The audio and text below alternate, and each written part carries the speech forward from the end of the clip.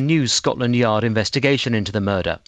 13 other suspects were also questioned, but no charges have been brought against any of them. A committee of MPs has questioned whether NHS hospital emergency departments are sufficiently prepared for next winter, with a warning that demand could become unsustainable if action isn't taken quickly. The government says waiting times for patients has improved, but the chairman of the Health Select Committee, Stephen Durrell, said there was clear evidence that the health service was under sustained stress. NHS England ought to ensure that there is in place by the end of September this year a plan in every locality to ensure that the demands that we can predict will be placed on the system this winter are going to be met. A Bedfordshire campaigner is echoing the concerns of MPs that there is a rural penalty for living in the countryside. A parliamentary report suggests rural communities pay higher house prices and council tax bills but receive less government funding than urban areas. Alan Appling from the Campaign to Protect Rural England in Bedfordshire says schools, shops and services are key to their survival. Britain's major banks have agreed to publish a detailed regional breakdown for the first time of how much they lend to businesses and consumers across the country. The government, which wants the bank to lend more to boost the economy, says the measure will make the system more transparent and competitive. The oldest lollipop lady in the country has retired from her job in Buckinghamshire. 90-year-old Beryl Newton has worked at the crossing near Chalfont St Giles Infant School for the last 15 years, and she told Three Counties Radio that parents at the school were pleased when she got the job. Because I'd always gone to pick my grandchildren up, mothers knew me, so they all shouted hooray when they saw me. In sport, last night's friendlies, Luton beat Premier League side Aston Villa 2-0 at Kenilworth Road. Not a great result for Christian Benteke, who was playing his first game since deciding to stay at Villa after all. The Hatters' goals came from John Shaw and Jake Howells. Meanwhile, Stevenage drew 0-0 at home to Championship side Leeds. The weather today, a drier day with sunny spells and the possibility of isolated showers. Top temperature 27 degrees Celsius, that's 81 Fahrenheit. Get the latest news and sport online at bbc.co.uk/Three Counties.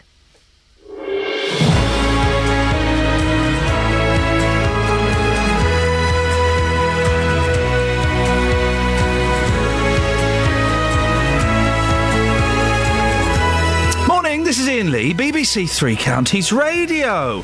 Oh, I'm fully refreshed. I had a doze yesterday. Not any old doze. I had the doze to end all dozes. I fell asleep at 12:30, woke up at 2:30 and thought, I'm not done with this bad boy yet. I want a bit more. I went down for another hour. Obviously, I couldn't sleep last night and that was frustrating. But... lots coming up in the show today. I suspect sometimes when we do a show, we think, oh, this will be a nice show, and it'll bubble along, and everyone will be friendly and stuff. And sometimes you enter into a show knowing that there might be some feisty calls. I suspect we might have some feisty calls today. Should everyone in the UK have to speak English? There was a programme on Channel 4 last night which looked at how hard it is for immigrants who've come to the UK to learn English. Very simple question this morning. Should everyone who comes to the UK have to speak English? 08459 455 555. Steve, the phone lines are open for you now. As a local authority plans to close some of its libraries and mobile library service, well, when was the last time you used a library?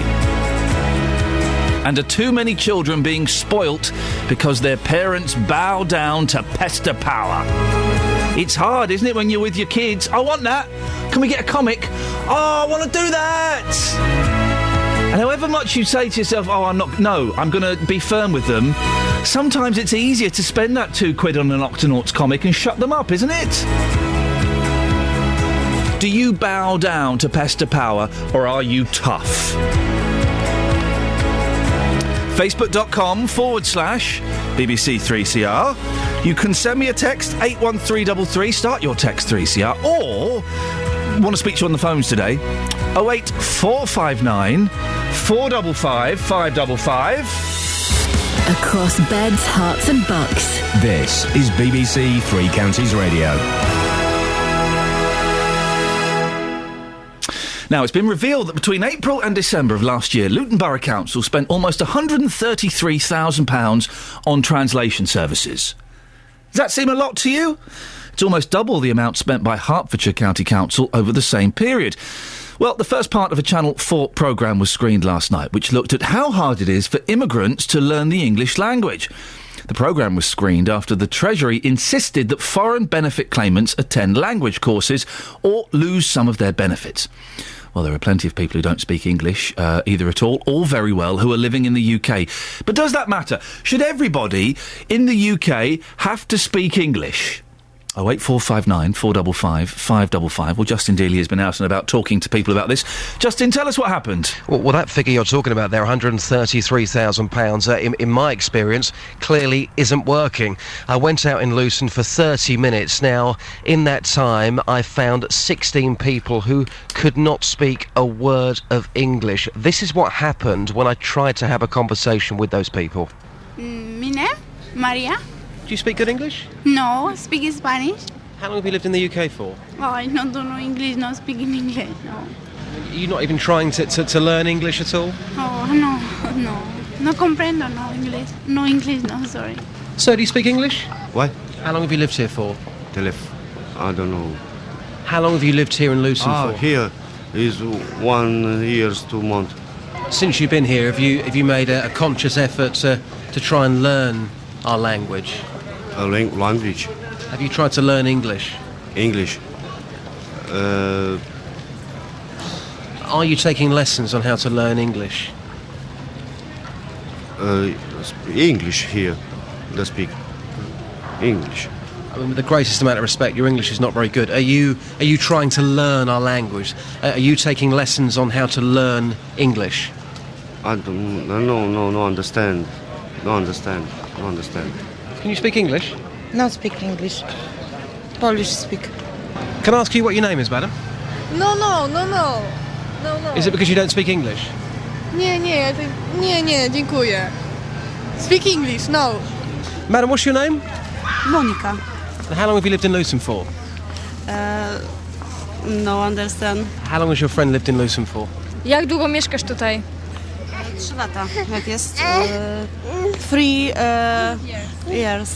3 years, okay. Madam, can I ask you a quick question about Luton? Sorry.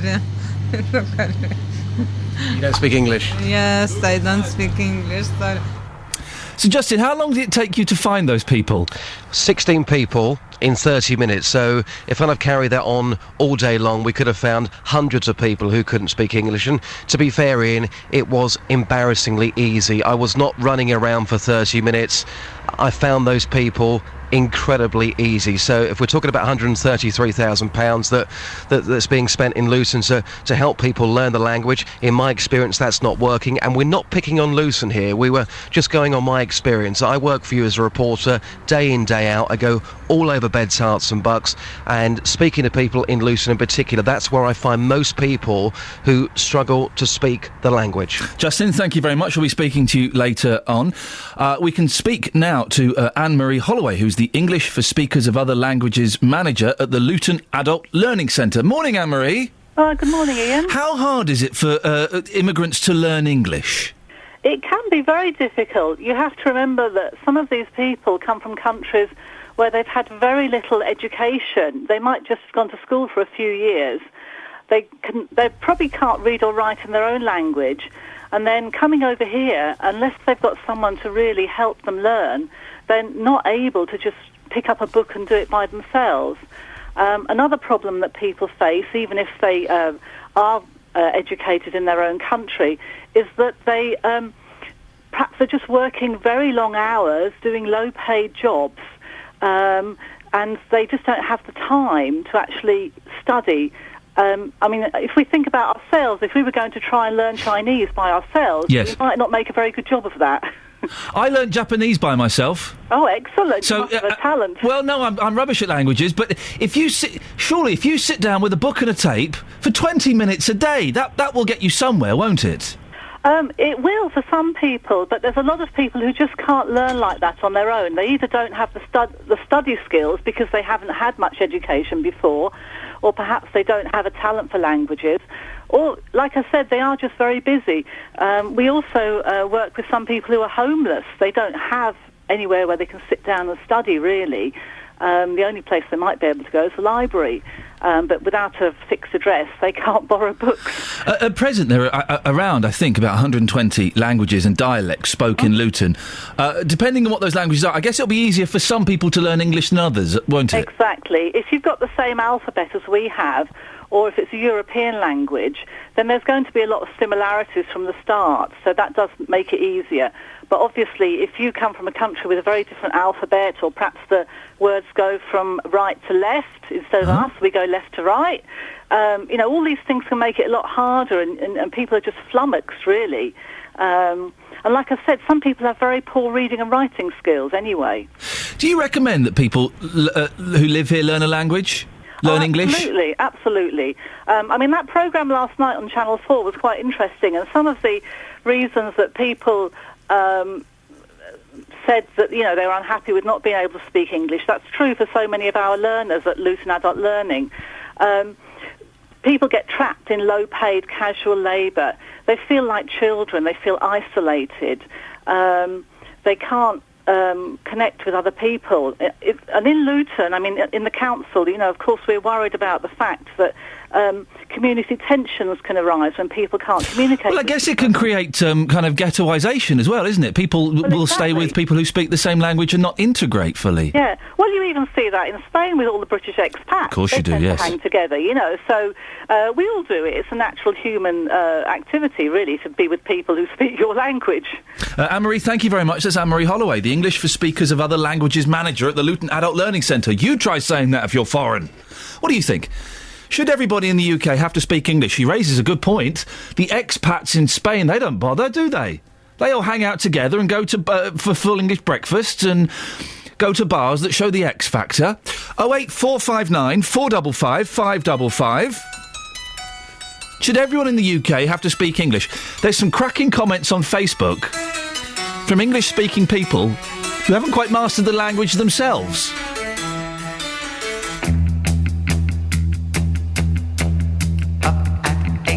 It can't be late for Matthew and Son. He won't wait. Watch them run down the platform 1 and the 8:30 train to Matthew and Son. Matthew and Son, the work's never done. There's always something new. The balls in your head, you take them to bed. You're never ever through.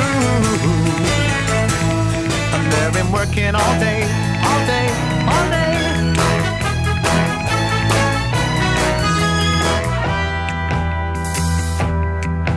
There's a 5-minute break, and that's all you take for a cup of cold coffee and a piece of cake.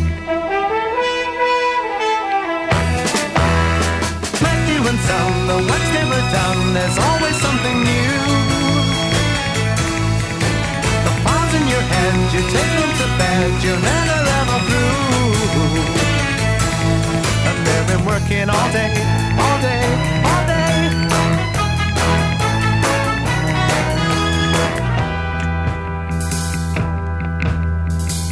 He's got people who've been working for 50 years. No one asks for more money, cause nobody cares. Even though they're pretty low and their rent's in arrears.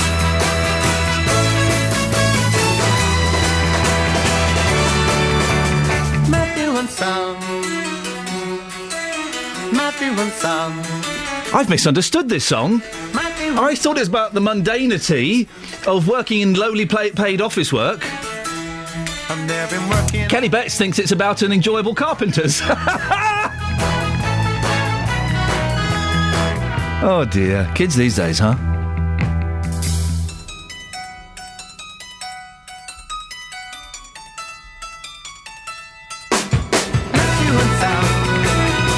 Whatever it's about, it's a cracking song. Before Cat Stevens got TB, disappeared for 2 years, then came back as a hippie. Yeah, them's the facts, kids, them's the facts. Should you have to speak English if you live in this country? 08459 455 555. Here's someone who speaks English, and a lot of it. Adam Glynn. Travel news for beds, cards and bugs. BBC Three Counties Radio. Cheers, Ian. Good morning. Everything moving pretty well on the roads. No delays so far on the motorways. Roadworks to be aware of. Well, they've done some work. They're starting it on the A14 Stokenchurch, Wickham Road. Temporary traffic lights up. This is roadworks as you go through Stokenchurch. Catherine Street in St Albans, the A4147. They're starting off some roadworks today at Etna Road, and those will be there for about a week and a half. Mandeville Road in Aylesbury still have temporary traffic lights for works around North Drive. If you're travelling by train this morning, Greater Anglia running with delays of up to 20 minutes. This is between Bishop Stortford and Cambridge, so if you're heading across that way, you could be affected. It's a signalling problem at Stansted Mount Fitchett, and it'll be having knock-on delays for the Stansted Express as well. Adam Glynn, BBC Three Counties Radio. Thank you very much, Adam. Right, 6:16, it's Wednesday the 24th of July. I'm Iain Lee, and these are your headlines on BBC Three Counties Radio. It's emerged that Luton Borough Council spent more than £130,000 on translation services in the last 8 months. A man is due to appear in court accused of murdering PC Keith Blakelock during the Broadwater Farm riots in North London nearly 28 years ago. In sport, Luton Town beat Premier League side Aston Villa 2-0 at Kenilworth Road. Coming up in the next hour, there are fears that Luton's mobile library service is facing the axe. Council officers have recommended it should go as it tries to save £600,000. Well, are you shocked by this? Or when was the last time you used a library? 08459 455 555. BBC Three Counties Radio.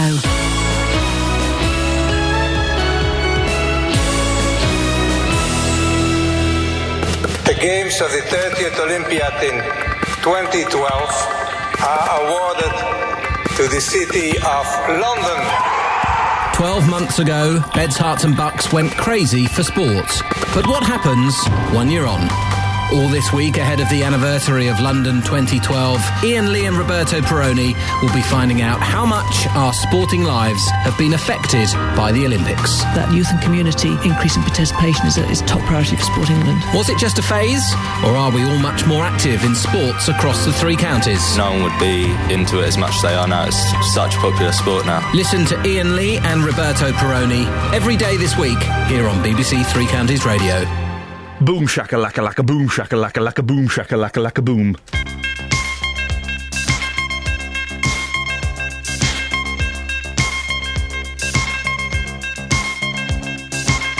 We can dance if we want to. We can leave your friends behind.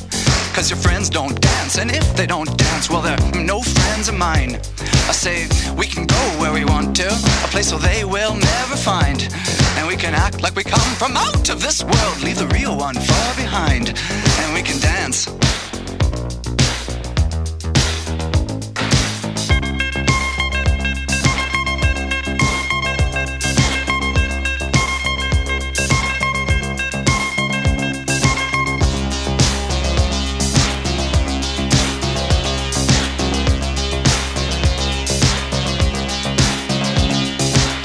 We can dance if we want to. We can leave your friends behind. 'Cause your friends don't dance, and if they don't dance, well, they're no friends of mine. See, we can go where we want to, place where they will never find.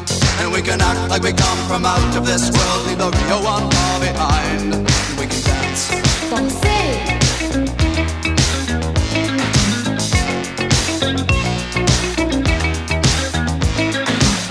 We can go when we want to. Night is young and so am I. And we can dress real neat from our hats to our feet and surprise them with a victory cry. Say, we can act if we want to.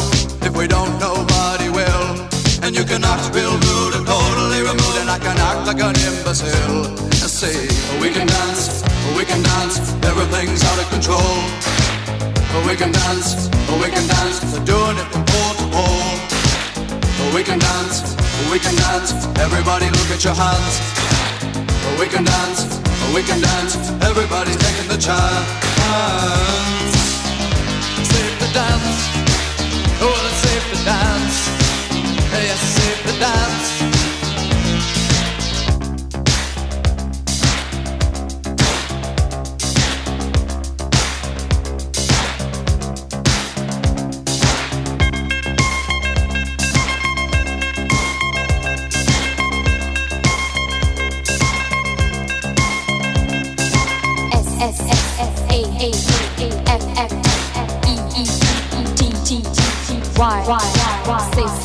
Sit down.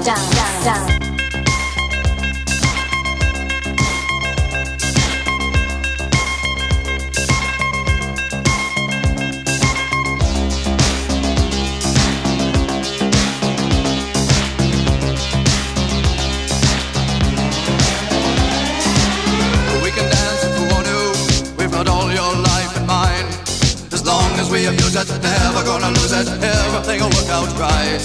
I say we can dance if we want to, we can leave your friends behind, cause your friends don't dance, and if they don't dance, well they're no friends of mine. I say we can dance, everything's out of control. We can dance, we're doing it from pole to pole. We can dance, everybody look at your hands. We can dance, everybody's taking a chance. Well, it's safe to dance. Yes, it's safe to dance. Well, it's safe to dance. Well, it's safe to dance. Yes, it's safe to dance. It's safe to dance. Well, it's safe to dance. It's safe to dance. Oh, it's safe to dance. Imagine doing a safety dance. I can't believe that health and safety would approve any dances. When was the last time you used your library? I'm a big fan of libraries, but I know what libraries need to turn them around and save them. I've been thinking about this a lot. They need a Heston Blumenthal, like he did with Little Chef. Not quite with Little Chef, because that didn't work. They need a Mary Portas, like she did with Small Towns. Not quite like that, because that didn't work. But they need someone to go in, because libraries are amazing, but they're a little bit dull and dowdy and boring. They need someone to go in and modernise them, give them a kick up the backside, don't they? I've been thinking about this. I know exactly what to do, and I am certainly open to offers to go and help. Well, the reason I've been thinking about it is because there are fears that Luton's mobile library service is facing the axe. Council officers have recommended it should go as it tries to save £600,000. Two libraries at Wigmore and Sundon Park have also been earmarked for closure. The Central Library and the one in Bury Park will stay the same.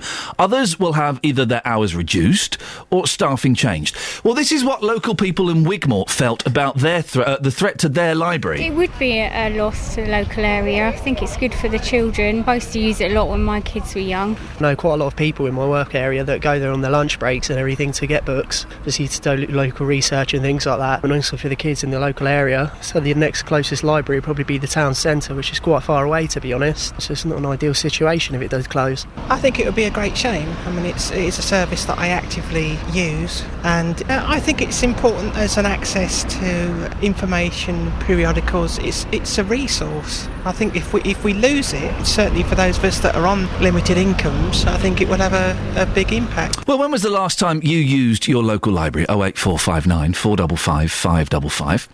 Joined now by Barbara. Barbara uses the mobile library service in Stopsley. Good morning, Barbara. Good morning. How often do you use this mobile library service? It's not Stopsley, it's Leagrave, Ian. Oh, I do apologise, Barbara. I've been given false information. I will find out who did it and have them fired. Oh, you do that. I'm going to do that. So how often do you use this service? I use the mobile library every week. And why is it so important to you, Barbara? Because first, I read a lot because I can't do much else. I've got rheumatism and arthritis in my hands and arms. Yeah. I don't watch TV. I spend quite a bit of time reading. I enjoy reading.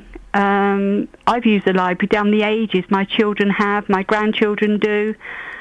And it's very convenient. I can't walk far to libraries. I have to have somebody come with me because I lose my balance because of I'm a diabetic. And I enjoy it. They're very helpful. And so how does it work? It's been a long time since I've seen a mobile library. Does it pull up outside your house? No. It finds somewhere on the estate that's quite local and it's safe to park. It's here from 9:30 till 12 o'clock every Thursday morning. The staff are very, very helpful. And how busy is it? Quite busy, really, and it's going to be busier through the school holidays. Right. A lot of mums bring children down there. They put different things on for the children to do. They can read so many books in the holidays, and they give them awards for reading. And a lot of people use it. There's two computers on that mobile library. Oh. and it's very useful for people that can't afford bus fares to town to find jobs. Yep. Our family, I've got a family with 4 or 5 out of work, and they wear a lot of footwear out walking down to town because they can't afford bus fares. So they use the mobile library. The people are making cuts everywhere. Money's having to be saved. This money could possibly be spent better elsewhere, couldn't it? Possibly, but, you know, if they keep taking things away from the people of Luton, we'll have nothing in the end. You know, they're taking the firework display away. There's doubtful about the Christmas lights. Yeah, I agree. They could cut the hours down or close one day a week. Yeah. You know, but... How much of a loss would it be for you, Barbara, if the mobile library was gone? Tremendous. I read 3 to 4 books a week. As I say, they find me big print because I've got a job with my eyes. They're very helpful with other things. They'll help you fill forms in. They'll find out information for you. Being an OAP, I just can't afford to buy books. What are you reading at the moment, Barbara? A family saga book. Who's that by? Annie Jacobs. Oh, I've not. Is it any good? Yeah, it's fine. It depends, as I say, on what sort of books you read and what you want. Yeah. And I mean, my children all use the library for looking up for things for school because I had 4 and couldn't find books. Yeah. And my daughter was at university at Hull, and she come home. She'd done a lot of coursework, finding out things for the library. Barbara, I really appreciate your time this morning. That's Barbara, who uses the mobile library service in Leagrave and is upset that it looks like its days are numbered. Well, the recommendation will go before the council next Monday. What do you think? I'm a big fan of libraries. Books is knowledge. Books is knowledge. Libraries are great. But when was the last time, seriously, you used a library? Where we used to live, we'd go to the library probably once a week because they had a brilliant kids section. Oh, it was fantastic, and they had toys in there, and the boys would go in there. We'd go in there for 2 or 3 hours. Go in there, the boys would play with the toys. They get bored, they come and read a couple of books. Then they go off and play a bit. Then they go and read some more books. They'd have You don't have to be quiet in libraries anymore. That was a shock. But libraries, I think, to make them work, they need a kick up the backside because lots of them are quite dowdy, miserable-looking places.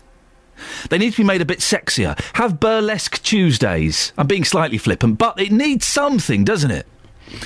2 questions. How do we make libraries sexier? And when was the last time you used it? Be honest. If it was years ago, let me know and tell me why you stopped using them. 08459 455 555 or send me a text 81333. Start your text 3CR. Right, here's Adam. Travel news for beds, cards and bugs. BBC Three Counties Radio. Still pretty quiet at the minute. Everything looking good on the M25 through the roadworks. No problems on the M1 on the cameras. And I'm just having a look at the M40 past High Wycombe, and it all seems to be moving pretty well as well. If you're going to be driving into Bishop Stortford, they have closed Lindsay Road for works this week between Rye Street and Barrels Down Road. And Pointers Road in Dunstable is still closed off for the major works across the summer, so it's going to be shut until about the 15th of September between the A505 at the Tesco roundabout and Wheatfield Road at the Woodside Industrial Estate. Diversion is and will remain the A505 Boscombe Road and Ports Avenue until they get that open again. On the trains this morning, if you're travelling with Greater Anglia, they have delays of up to 20 minutes. Bishop Stortford to Cambridge, signalling problems at Stansted Mount Fitchett, causing 20-minute delays to the Stansted Express down into London as well. Adam Glynn, BBC Three Counties Radio. Thank you very much. 6:30. Let's get the news and sport now with Catherine. Across beds, hearts and bugs. This is BBC Three Counties Radio.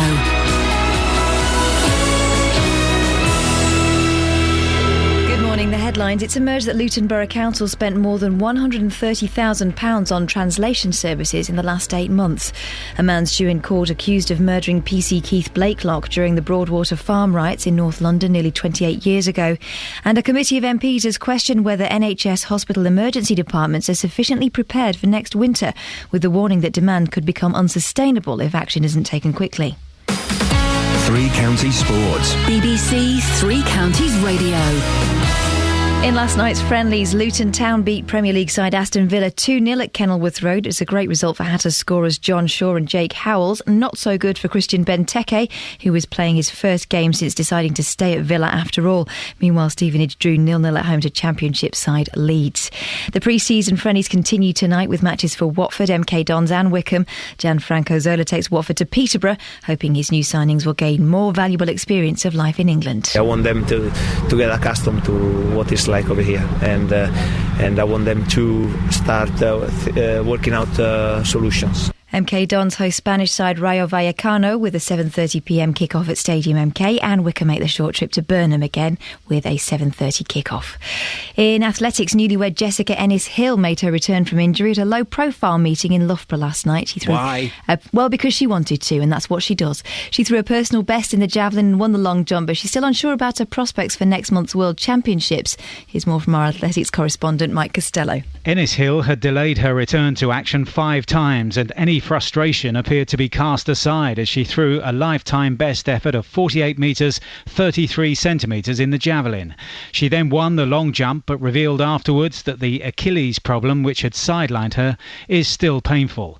She'll assess how the ankle responds now in the run-up to the London Anniversary Games, where she's entered in the long jump and the sprint hurdles on Saturday.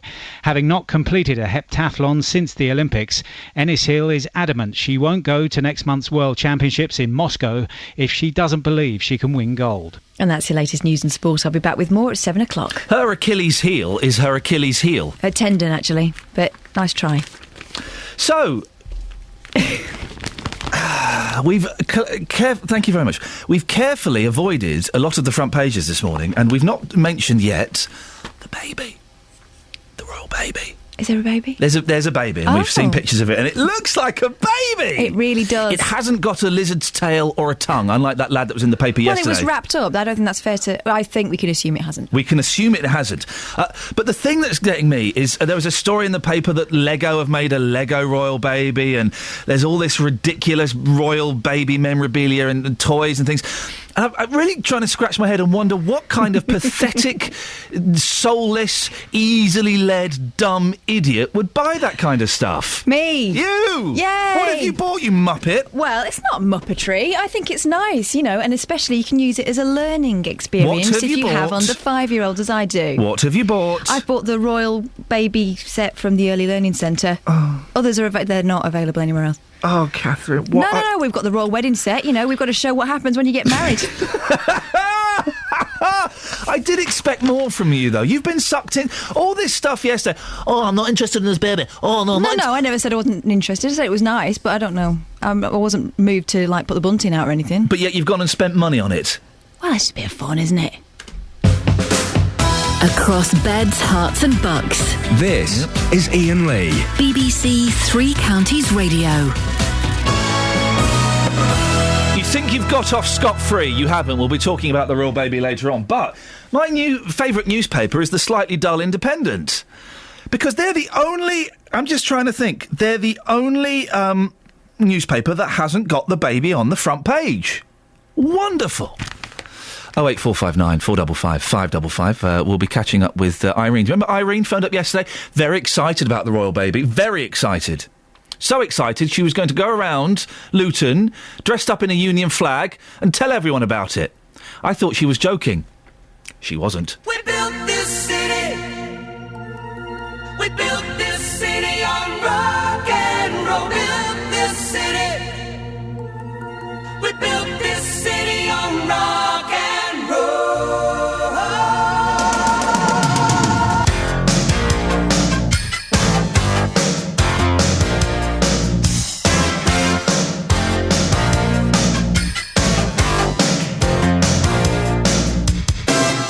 Say you don't know me, I recognize my face.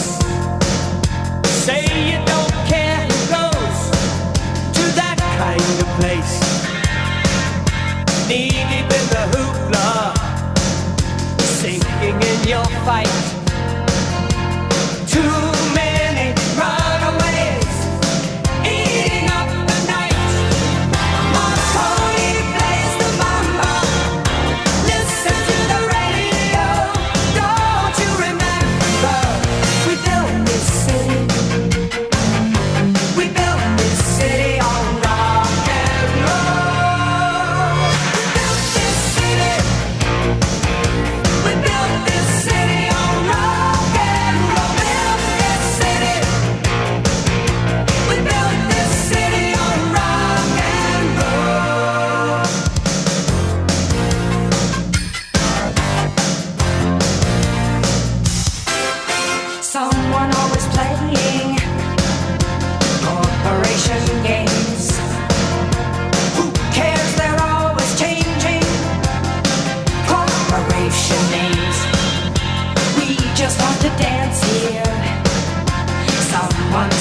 the stage. They call us irresponsible, write us off the page. Marconi plays the mama, listen to the radio. Don't you remember, we built this city. We built this city on rock and roll. We built this city. We built this city on rock and roll. Built this city. We built this city on rock and roll.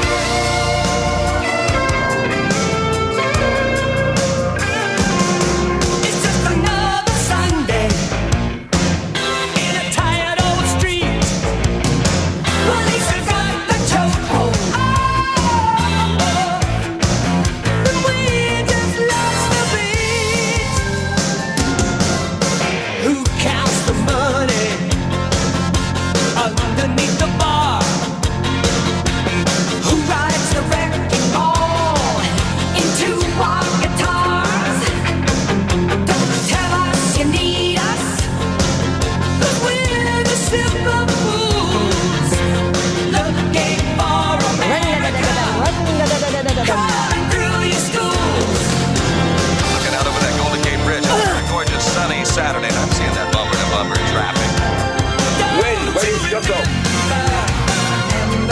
It's your favorite radio station in your favorite radio city, the city by the bay, the city that rocks, the city that never sleeps. Marconi plays the mama. Listen to the radio. Don't you remember? We built this city. We built this city on rock and roll. We built this city. We built this city on rock and roll. Built this city. Barnsley. We built this city on rock and roll. Built this city. Barnsley. We built this city on rock and roll. Built this city. We built this city on rock and roll.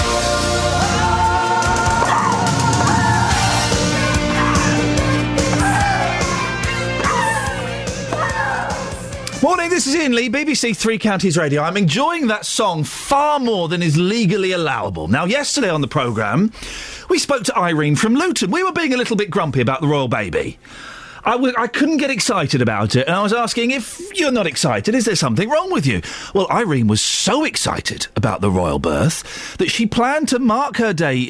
Planned her day to mark what she sees as a huge occasion. This is Irene from yesterday. I'll be going around town in my British flag, me and a few girls, and we're celebrating the birth of the grandson. Why? Because I love Lady Diana. One, she's born the same month as me. What? Now her grandson is born the same month as me. So, you know, I'm going out to celebrate, and me and a few girls going downtown, Luton Town. Yeah. Centre, and we're celebrating the birth and making sure everybody in Luton know that she has a boy. I'm going to make sure I shout it. Go on, shout it nice and loud now. Congratulations! It's a boy. Anything else? Oh, no. Royal Britannia. Anything else you want to shout? Yeah, God bless him and keep him. Lots to shout there, including Royal Britannia. Well, yesterday, Justin Dealey annoyed me slightly, and I thought, just to kind of put him in his place a bit, getting too big for his boots, I thought I'd send him out to meet Irene. And Justin, it's not mentioned yesterday, you did go out with Irene, didn't you? Yes, I did. This was an experience that I will never, ever forget. I met Irene and her crew, Iain, and this is what happened. So, Irene, the time's what, 12:35? We're outside the town hall here in Luton. Tell us what you're wearing, first of all. I'm wearing the Union Jack. Well, with things underneath, but the Union Jack. So let's see you've got here as well with you today. Yeah, I've got my sisters with me. We are family. Yes, we're making the effort because you know what? They said Luton is dull. Luton is not dull because I live here and we're happy people. Yeah, well, if you're here, Luton's certainly not dull. I'm going to stand back and let you guys sing in a second. Right, good luck. Yes, okay. Happy birthday, King of Cambridge. Happy birthday, King of Cambridge. Happy birthday, Prince of Oh no, we lost it! Oh, my computer's crashed! Justin Dealey! What happened? My computer has completely crashed. I can't believe it. It was just starting to get really good. Are you doing that on purpose? No, I'm not doing it on purpose. You are, aren't you? No. You are a mean man. I am not doing it on purpose. I know what you're alluding to. I'm not doing it on purpose. The whole Radio Man system, which is the play-out system we use here, without getting too technical, has surprisingly frozen. So, the accusation... Hang on a second, that is out of order. The accusation I've done this deliberately is bang out of order, because I would not do such a thing. I'm more... Despite the fact... We can do this now if you want, Justin, or we can do it after 9 o'clock. Which would you prefer? Well, whatever you want to. Right, we'll do it now. Okay. The very fact that you would consider I would do this... Right, I'm going to see if I can fix it for you. Hang on a second. Let's try. Let me just... Unbelievable. Let's try this. So, Irene, the Right, time's we'll start again. 12:35. We're outside the town hall here in Luton. Tell us what you're wearing, first of all. I'm wearing the Union Jack. Well, with things underneath, but the Union Jack. Tell us who you've got here as well with you today. Yeah, I've got my sisters with me. We are family. Yes, we're making the effort because you know what? They said Luton is dull. Luton is not dull because I live here and we're happy people. Yeah, well, if you're here, Luton's certainly not dull. I'm going to stand back and let you guys sing in a second. Right, good luck. Yes, okay. Happy birthday, King of Cambridge. Happy birthday, King of Cambridge. Happy birthday, Prince of Cambridge. Hello. It's a boy. It's a boy. You know it's a boy, isn't it? I know it's a boy, yeah. His name's going to be Edward. Goodness me, when I joined the BBC, this wasn't in the brochure. But let's keep on walking through the town centre. They are telling people it's a boy.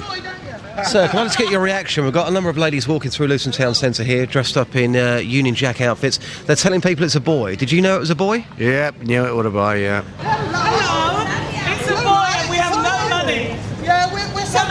William. Well, this is awkward. Hello. You know she had a boy, innit? Madam, these ladies are spreading love in Luton. Are they doing it for you? Absolutely, yes. I'll take as much love as you've got. And just to confirm again, you did know it was a boy? Absolutely, £8.6. Irene, what's next on the playlist? Oh, Royal Britannia. Right, I'm going to stand back. Rule Britannia. R-U-L-E, yeah. Yeah. Okay, right. Oh, really? Seriously. Right, I'm going to stand back. Take it away. Rule Britannia, Britannia rules the way. England never shall be changed. Rule Britannia, Britannia rules the way. England never shall be slain.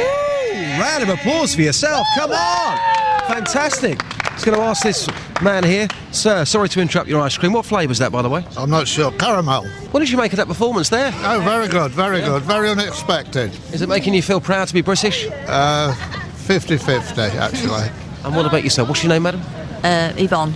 Does that make you feel proud to be British? Yes, does. Yeah, it does. And these outfits, do you fancy buying one yourself? No. How can you eat an ice cream and be unsure of what the flavour is?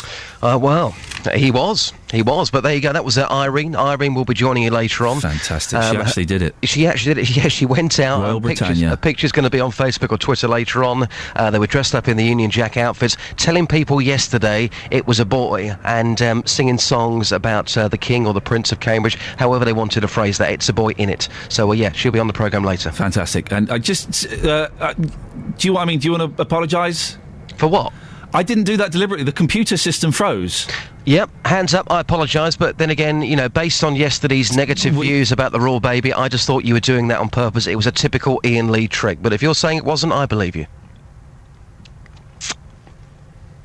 Good. Okay.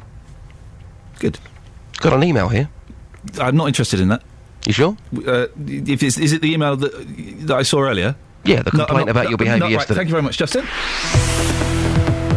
Travel news for beds, cards and bucks. BBC Three Counties Radio.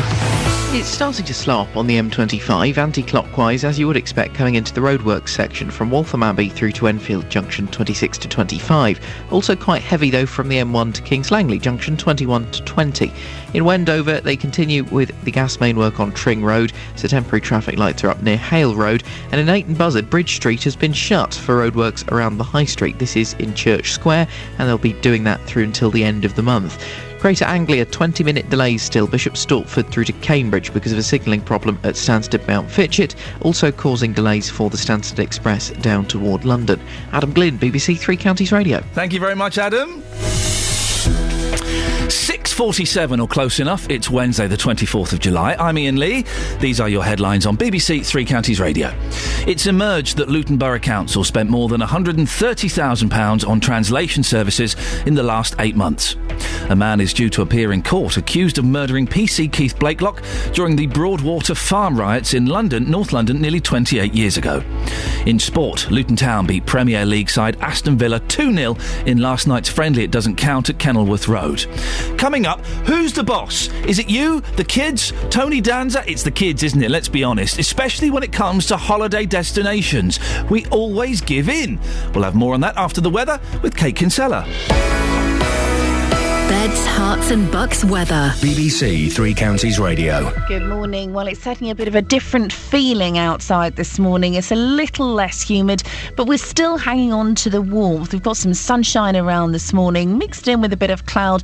There's a very slim outside chance one or two of us could run into a shower as we head through the course of the day, but it's fairly unlikely for most of us. And the temperature remaining reasonable. We're looking at a maximum later on today of around 26 or maybe 27 Celsius. That's 81 degrees in Fahrenheit. Now, a really nice end to the day as well. Some evening sunshine to enjoy. Clear night to start, but then becoming cloudy, and also one or two spots of rain likely to move through in the early hours of tomorrow morning. That's going to hang around tomorrow first thing. Now, the minimum temperature is still quite mild, 15, 16 Celsius. That's 59 degrees in Fahrenheit. So a cloudy start with occasional spots of rain. Will move out of the way by the afternoon, leaving some more dry and sunny spells with the temperature tomorrow of around 26 Celsius. That's 79 degrees in Fahrenheit. And that's your forecast. Thank you, Kate. Roberto Perrone, debating the local issues. Bill Rowe is a guardian angel. He needs volunteers for his Luton chapter. This is not being a policeman. You can't do a policeman's job. It is giving safe passage to more vulnerable people. Roberto Perrone. A red kite has been rescued from a tree in Hertfordshire. There was a lost parrot in the Three Counties, and I was ready to mobilise our best people. Forget snakes on a plane. This is snakes in Hertfordshire. Potentially 27 of them. Roberto Perrone. And I love the animal stories. I do the animal stories. Weekdays from 3 on BBC Three Counties Radio.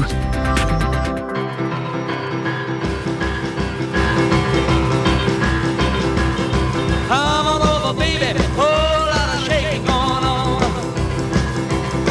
Yes, I say come on over, baby. Baby, you can't go wrong. We ain't faking. Whole lot of shaking going on.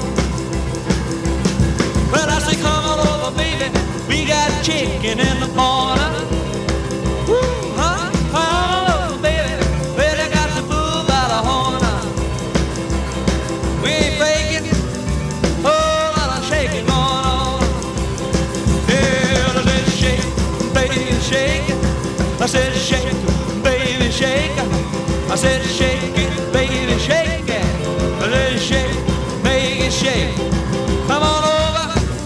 Whole lot of shaking going on. Oh, let's go.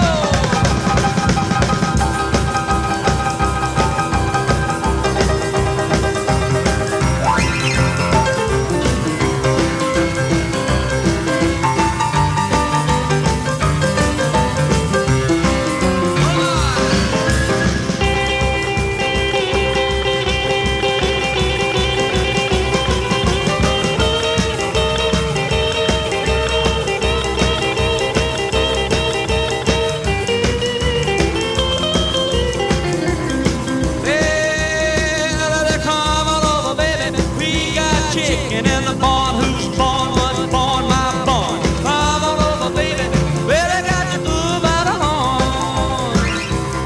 We ain't faking a whole lot of shaking going on. Easy baby. Yeah.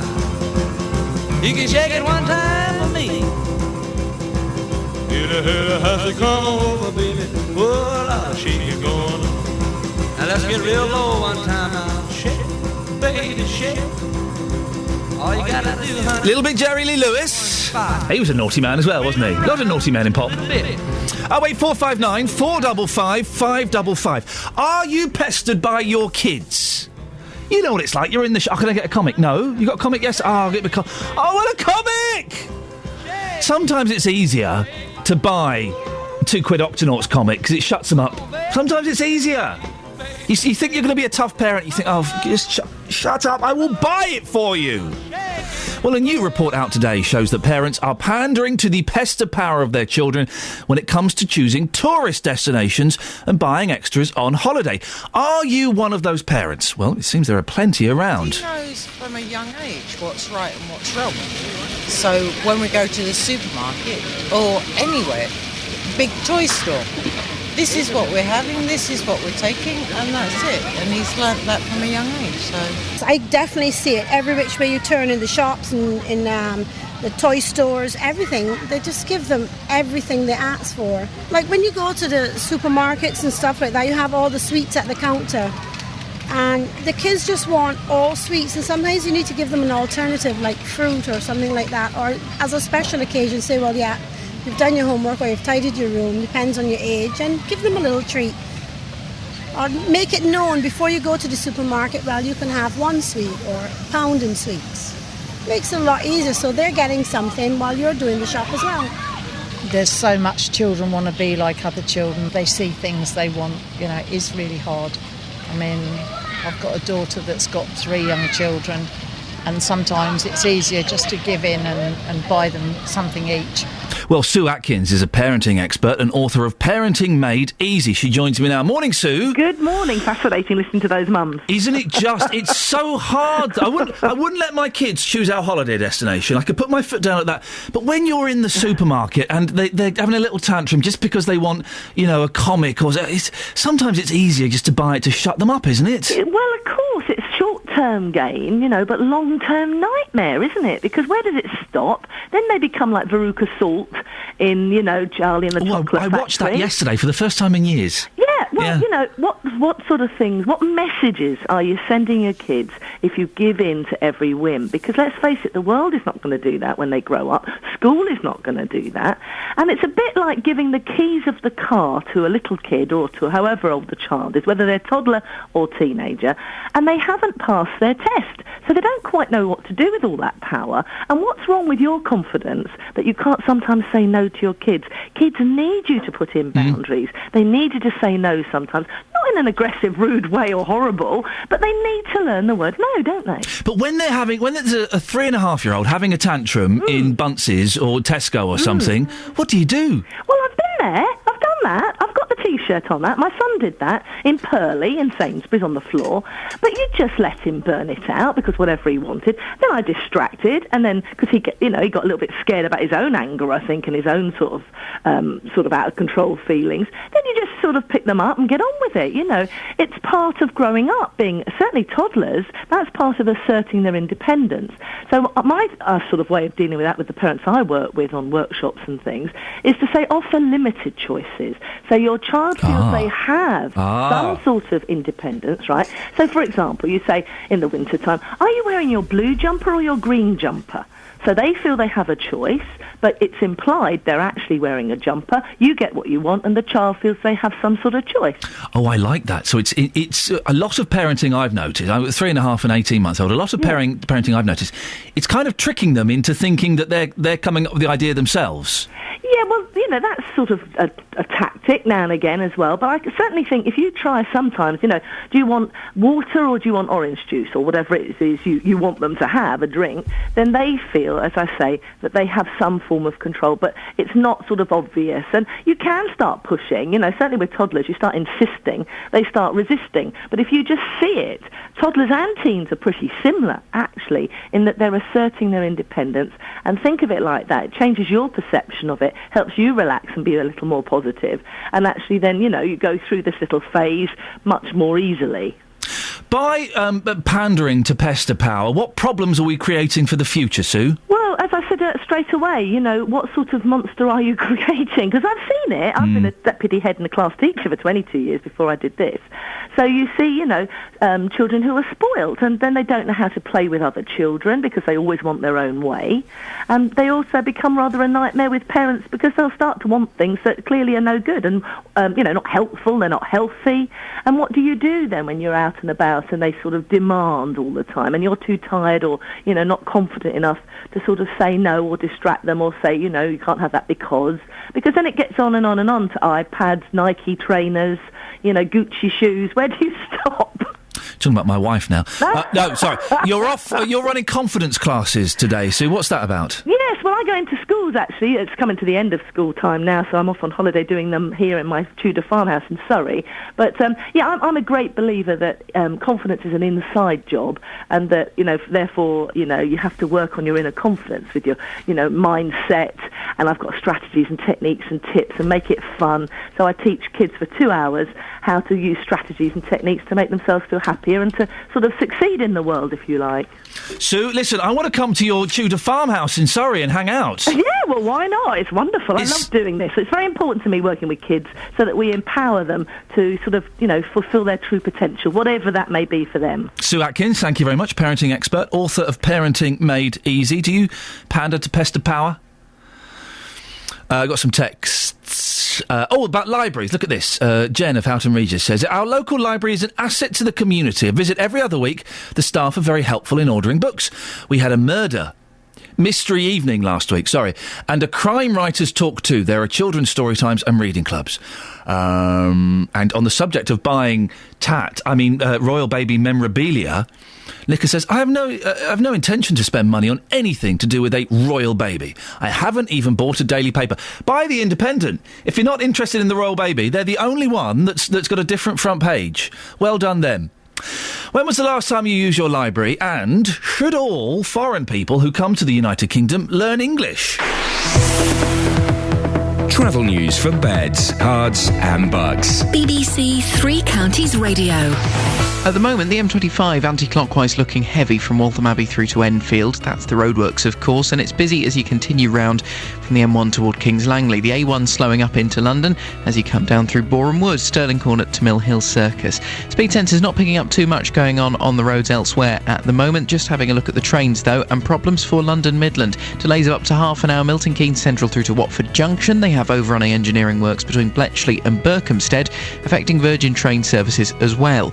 If you're travelling with Greater Anglia, they have 20-minute delays. This is Bishop Stortford to Cambridge, and it's a signalling problem at Stansted Mount Fitchett. It's causing those delays for the Stansted Express down toward London as well. And the Piccadilly Line tube, that has been suspended between Rayners Lane and Uxbridge because of a signal failure at Ruislip. If you are travelling with the rest of the Piccadilly Line, though, it is running a good service. Adam Glynn, BBC Three Counties Radio.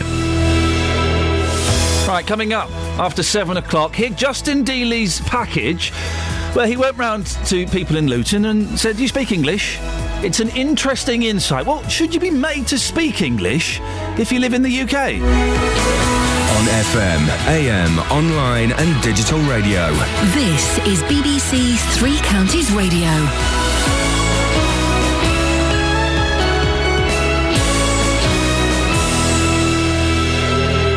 It's 7 o'clock. I'm Catherine Boyle. The headlines: Luton's translation spend in the spotlight, MPs highlight rural poverty, and Hatters beat Premiership Villa. BBC Three Counties Radio. It's emerged that Luton Borough Council has spent over £130,000 on translation services over the last 8 months. That's almost double the £78,000 spent by Hertfordshire County Council for the same period.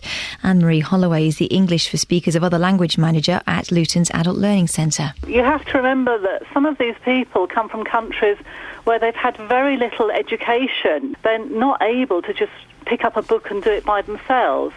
Another problem that people face is that they perhaps are just working very long hours doing low-paid jobs, and they just don't have the time to actually study. A group of MPs is warning the NHS accident and emergency departments in England could reach crisis point this winter. More now from my health correspondent Jane Draper. The MPs are clear that this is a system under sustained stress. They criticised the official response to the pressures, saying NHS England was relying on urgent care boards to improve local services, but their responsibilities and authority were unclear. The committee saw staffing levels as being of considerable concern, with fewer than 1 in 5 hospital A&E departments able to provide full cover by consultants during the week, and the situation even worse at weekends. NHS England said it would consider the MP's findings as part of the current review of the system, being led by its medical director, Professor Sir Bruce Keogh. A man will appear in court this morning accused of murdering PC Keith Blakelock during the Broadwater farm riots in North London nearly 28 years ago. The Crown Prosecution Service announced yesterday that it had sufficient evidence to charge 44-year-old Nicholas Jacobs. A Bedfordshire campaigner is echoing MPs' concerns that there is a rural penalty for living in the countryside. A parliamentary report suggests rural communities pay higher house prices and council tax bills but receive much less government funding than urban areas. Alan Appling from the Campaign to Protect Rural England says schools, shops and services are key to the area's survival. For the first time, Britain's major banks have agreed to publish a detailed regional breakdown of how much they lend to businesses and consumers across the country. The government, which wants the banks to lend more to boost the economy, says the measure will make the system more transparent and competitive. Oxfam says its income fell by almost 5% during the past year, a time when global conflict has increased the pressure on its resources. The charity's overall income was almost £18 million lower than the previous year. In last night's friendlies, Luton beat Premier League side Aston Villa 2-0 at Kenilworth Road. Not a great result for Christian Benteke, who was playing his first game since deciding to stay at Villa, but those Hatters goals came from John Shaw and Jake Howells, and Stevenage lost 3-0 at home to Championship side Leeds. The weather, a drier day with sunny spells and the possibility of isolated showers. Top temperature 27 degrees Celsius, that's 81 Fahrenheit. Get the latest news and sport online at bbc.co.uk/3 counties.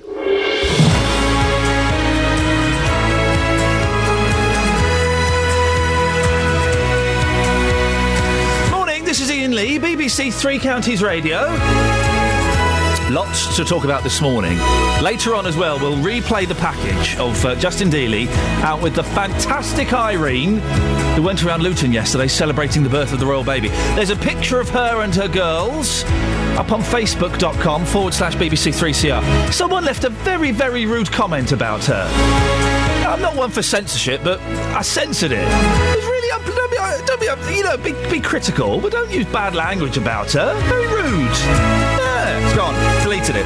Not having that.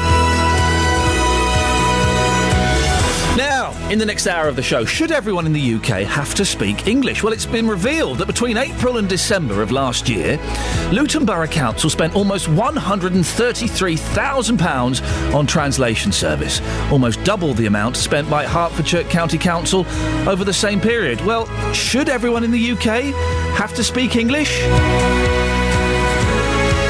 A local authority is planning to close some of its libraries and its mobile library service. Well, when was the last time you used your local library? And are too many children being spoilt because their parents bow down to pester power? Facebook.com/BBC3CR. You can send me a text, 81333, start your text 3CR, or give me a call, 08459 455 555. Across beds, hearts and bucks. This is BBC Three Counties Radio. 08459 455 555 is the telephone number. Well, should everyone in the UK have to speak English? It's been revealed that between April and December of last year, Luton Borough Council spent almost £133,000 on translation services. That's almost double the amount spent by Hertfordshire County Council over the same period. Well, the first part of a Channel 4 programme was screened last night, which looked at how hard it is for immigrants to learn the English language. The programme was screened after the Treasury insisted that foreign benefit claimants attend language courses or lose some of those benefits. Well, there are plenty of people who don't speak English at all or very well who are living in the UK. But does it really matter? Earlier on, I spoke to Anne-Marie from the Luton Adult Learning Centre, who said the benefits of learning English are immense. People get trapped in low-paid casual labour. They feel like children. They feel isolated. They can't connect with other people. And in Luton, I mean, in the council, of course, we're worried about the fact that community tensions can arise when people can't communicate. Well, I guess it can create kind of ghettoisation as well, isn't it? Well, you even see that in Spain with all the British expats. Well, Justin Dealey has been out speaking to people, getting your views. Morning, Justin. Oh, Justin, you're there. Sorry, Justin. That's all right, Ian. In Luton recently, in 30 minutes, I found 16 people who couldn't speak English. It was an interesting experiment. You'll hear those views again after 8. Right. But a few moments ago, I spoke to Bart. Now, Bart is Polish. He's been living and working in Luton for the last 10 years. And I put the question to him, should everyone living in the UK be speaking English? And this is what he had to say. Yeah, I believe they do. Before I came here, I learned English, so I believe they all do. They all should do. Why do you think people aren't bothering them? Because I found 16 people in 30 minutes, and it wasn't hard to find those who couldn't speak English. Why aren't people bothering? Maybe because there is so many of them from different nationalities, and they always have that idea that someone will help me who speaks better English than me. That's my thinking. So do you think in Luton we've almost got ghettos? Ghettos are people who are speaking one language, living together, and they can't integrate with society? I believe language is a very, very important piece of integration. They all should speak English. At home, you do whatever you want, but in a business environment or everywhere else, you speak English. Does it frustrate you, as somebody who can speak very good English, who's made the effort to learn the language before you came here, does it frustrate you that many people aren't following what you did? Yeah, it's kind of sad if you've been here for, let's just say, 5 years, and you can't make a simple sentence. It is sad and it is frustrating. For me, yeah, it is sad. It does. I can see both sides of this, Justin, and whenever I go abroad, I always take a little phrase book with me and at least make an effort, even if it's just for a couple of weeks holiday. But some people who've been born here don't speak English very well. Don has posted on Facebook, we've asked the question on Facebook, should you have to learn English if you're going to live here? And Don's written, yes, speak English, or why are you here? Yeah. Now, I'll be honest, Don, it's understandable, but it's not the greatest English. It's your language, Don. But the thing is, Don would get away with having a conversation absolutely anywhere, whether it be on a bus, if he had an emergency at work, he could get by on speaking English. Some people there, and speaking to Bart, he finds it frustrating. He's saying, look, if you're coming here to work, learn the language. He finds it incredibly frustrating. Some people that have been living in this country for 5 years and they can't speak one good sentence of English. Somebody who's Polish, he's saying that simply isn't good enough. But then we do the same thing. You go to Spain where all the expats, they don't speak Spanish. They all hang out together. They all go to bars in the evening that show Tottenham games and the X Factor. They all go for their greasy fry-ups at Irish pubs. We're just as bad when we go abroad. No, absolutely. Yeah, again, just to be kind of balanced on that, I know exactly what you're saying. I know people that have moved abroad and they've lived in the English ghettos. But how long can you sustain that for? The people that I know that have been to those countries have gone for a few years and then come back, because you can't live in a small ghetto forever, or maybe you can. Justin, thank you very much. I'm joined now by the way, if you want to have your say on this, 08459 455 555. With us now is Conservative MP for South West Beds, Andrew Selous. Good morning, Andrew. Good morning, nice to be with you. Thank you. Andrew, you agree, don't you, with George Osborne, that if you're not prepared to learn English, your benefits should be cut? I do think that is the right decision, because as I think the lady from Luton Council was saying, if you are a claimant and you don't speak English, you're very, very limited in where you can find work. I think the lady was talking about casual, low-paid work. The last time I was on your show, the interviewer said, well, maybe you'd be all right working in an Indian restaurant because everyone else there spoke Hindi and you'd be able to cope. But that's no life. That's really limiting the opportunities, isn't it, that someone has. And secondly, I think it's really important for the rest of the English-speaking population that there aren't workplaces where a foreign language is spoken. And very, very briefly, a few years ago, one of my constituents in Leighton Buzzard, a lady, contacted me and said there was an advert for a minimum wage picker-packer in the paper in Leighton Buzzard, and you had to speak Polish to apply. And she rang me out really, really angry, and she said, how are we supposed to get jobs with those sort of requirements? And I raised it in Parliament, actually. I contacted the company. They withdrew the advert, very apologetic. And, that lady was right. She had a point. Yes. Every workplace must be open to everyone in this country, whether you're a native-born English speaker or not. And it's really, really bad for community relations and cohesion if we have a situation where there are workplaces where only foreign languages are spoken. So how would this work, Andrew? You're a foreign speaker, you don't speak English, you go and sign on, they say, no, you've got to go and learn English. Who would pay for those lessons? Well, I guess Job Centre Plus would pay, and I don't know whether there would be an element of payment by results, which we're using quite a lot in the benefit system at the moment. With all the welfare to work providers, you've got In-Training and CTEC based in Luton, for instance, they're actually only paid when they get people into work through the reduction in benefits and when they're actually keeping people in work. So it might be possible to use that model. But I did hear you say in your clip earlier on that Luton Council had spent £133,000 on translation. So we're spending a lot of money on translation at the moment. Wouldn't it be better to spend that money on teaching people English in the first place so we didn't have to spend money on translation? It does make the country a wonderful place, though, that there are so many different languages. 120 different languages and dialects spoken in Luton. We wouldn't want to get rid of that, would we? Well, look, as the Polish gentleman said just now, what people speak at home, entirely their own business, that's people's private space, they can do whatever they want.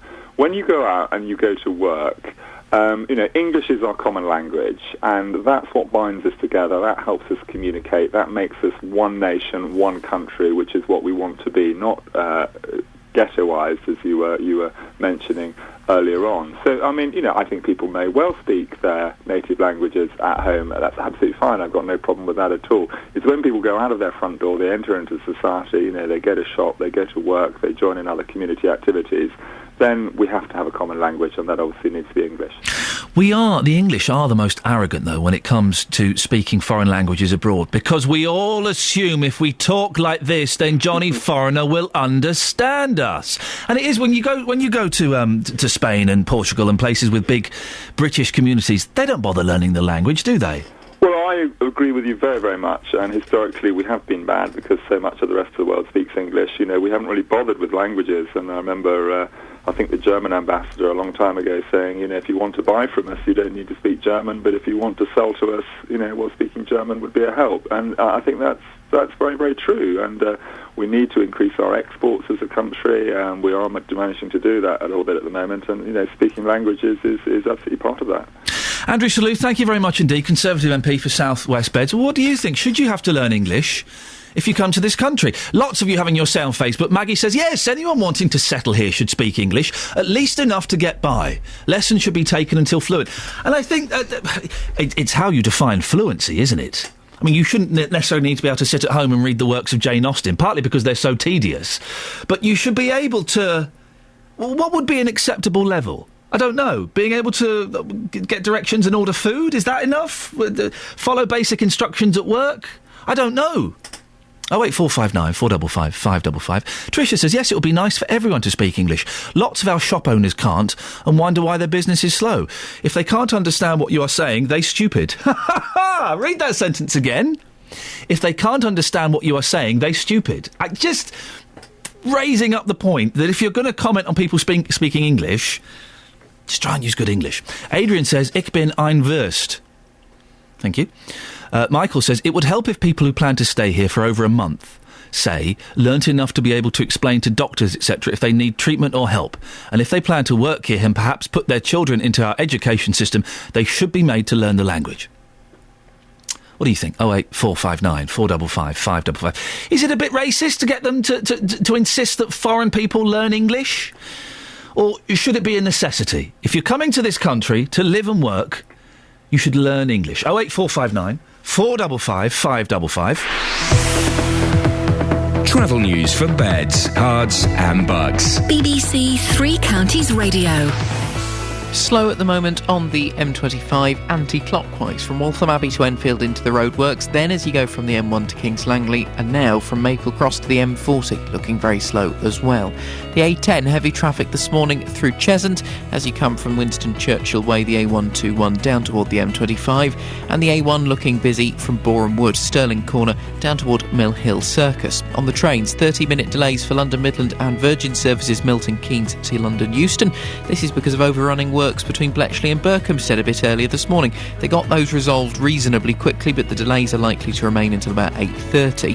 20-minute delays for Greater Anglia, Bishop Stortford to Cambridge. This is a signalling problem at Stansted Mount Fitchett and will be affecting the Stansted Express. First Capital Connect trains are not currently stopping at Potters Bar because of a security alert. The station has been evacuated. We're not sure when that will be reopened. And if you're going down toward London, the Piccadilly Line tube is suspended Rayners Lane to Uxbridge because of signal failure at Ruislip. Adam Glynn, BBC Three Counties Radio. Adam, thank you very much. It's 7:16. It's, where are we now? Wednesday, the 24th of July. I'm Iain Lee, and these are your headlines on BBC Three Counties Radio. It's emerged that Luton Borough Council spent more than £130,000 on translation services in the last 8 months. A man is due to appear in court accused of murdering PC Keith Blakelock during the Broadwater Farm riots in North London nearly 28 years ago. In sport, Luton Town beat Premier League side Aston Villa 2-0 in last night's friendly at Kenilworth Road. Coming up, who's the boss in your house? Is it your kids or is it you? 08459 455 555. BBC Three Counties Radio.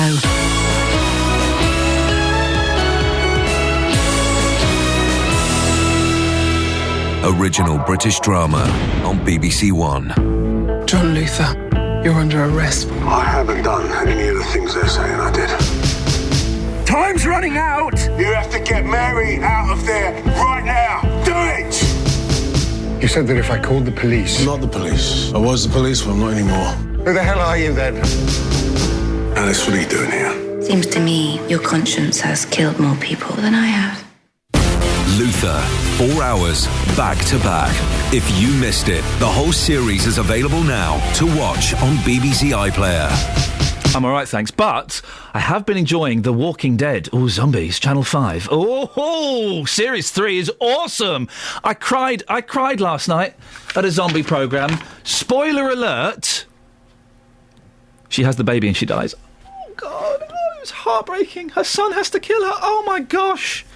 Heartbreaking stuff. I know. Oh, it was hard. I was in tears. I was in floods of tears. Then my wife came home and I had to pretend everything was all right. We're asking this morning, should you have to learn English if you come to the United Kingdom? It's emerged that Luton, between about 8-month period, spent £133,000 on translation services. Well, what do you think? Is that money well spent? Let's go to Sam in Hitchin. Morning, Sam. Good morning, how are you? Yeah, I'm good, thank you very much, Sam. Should you have to learn English if you come to this country? Yeah, just a quick word on Luther there. First, Luther, yes. That is an absolute load of absolute unadulterated tripe, isn't it?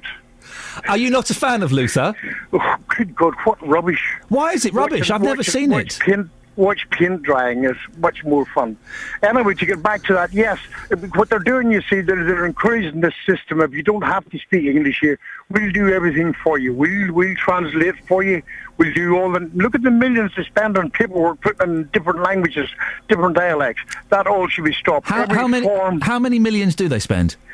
Well, I don't know offhand, but okay. I mean, they do spend millions on paperwork. I mean, and of course, administration, all that as well, and everything else, so everything connected with that.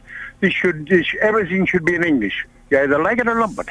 If you don't pay your electricity bill or your utility bills in general, I can't speak English, I don't have to pay, I'll get it done for me. What about in Wales, Sam, where they have both the road signs are in both Welsh and English?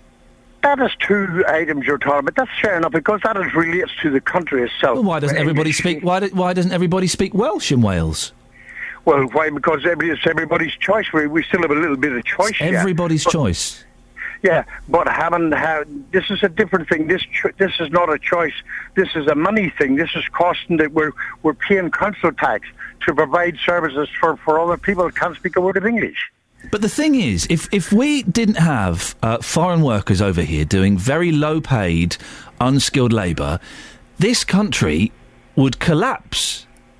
That's rubbish. That's absolute rubbish. Whoever told you that you want to ignore them in the future? Most of the jobs that you and I would never want to do, all the horrible, dirty cleaning jobs, all the horrible jobs working in picking fruit and stuff like that, the stuff that keeps this country afloat is done by foreign-speaking nationals. How was it done before they came here? Well, it was done by English people, but we stopped doing it. Correct. We raised our eyes slightly, and we started refusing to accept for such low wages. No, English and British people didn't stop doing it. What happened is these foreigners come in working for peanuts, so the English is no longer required.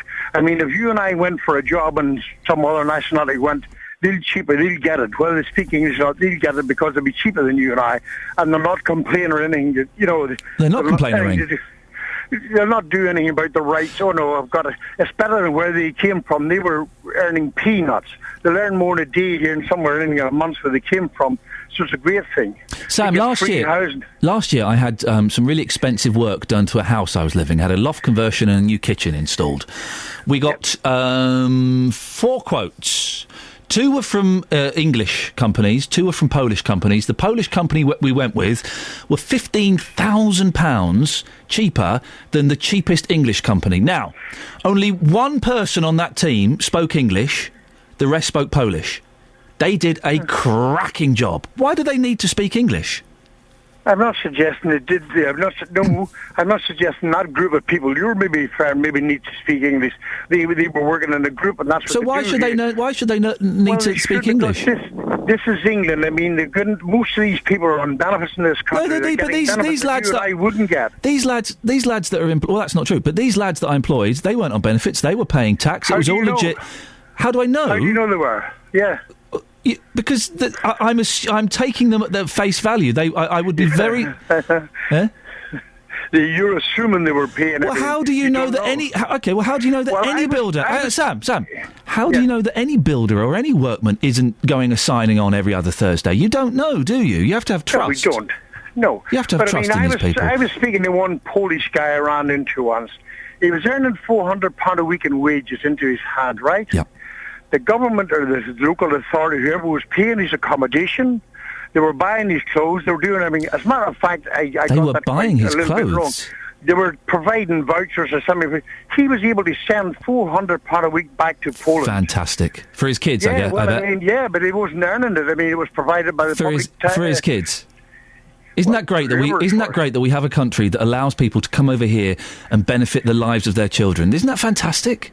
No, I don't think it's not that. Why are we keeping foreigners? I mean, why are we? I mean, there's more money going abroad than was spent in Great Britain here. Well, and we're sending money to India, China, every place. We're sending billions. Well, we're not sending billions to India. No, well, I think India got 160 million last year, didn't there? Something around that figure. I'll have a look. Foreign aid. And let's have a look, because we can't start bandying figures around that we don't know what they are. So let's have a look. Quite large, substantial sums. You're right. It could be $1 billion to India. I'll give you that. Yeah. Well, I mean, why is not spent on the British people here? British people are at the bottom of the list now in this country. Sam, thank you very much. Let's go to Steve in Dunstable. Morning, Steve. Hello. You're right. I'm all right. I know what's coming. I know what's coming. I'm not going to bite to your danglers. I don't want you to bite to my danglers. Do you not want to tug my danglers? No, it's all right. Steve, should foreign people have to learn English if they come here? Yes, they should do. Why? They should do. Communication generally as well. And at the end of the day, if they come here, they shouldn't be allowed on benefits for 5 years at least. But anyway, yeah, they should speak English. The other thing is, it's all right us moaning like I do and everybody else. If we don't like it, we need to change the government. That's the bottom line. Labour are no good, Conservatives are no good, Liberals are no good. So if you want to change it, you've got to pick a far-right group that are going to do something about it. Well, the BNP.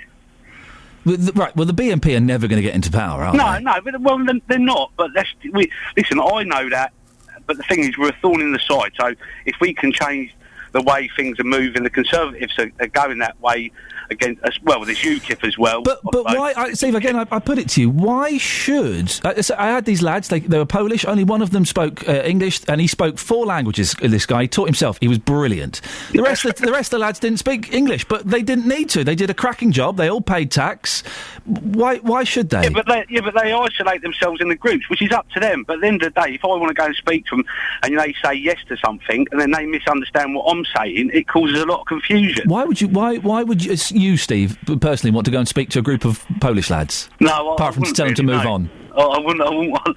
I'd rather say something else that I wouldn't say on this show. But they were wonderful. I was chatting to this guy, and I was chatting to the other people, and learning lots about Poland. Yeah, well, that's nice. But at the end of the day, they're taking the money out of the country that should be staying here.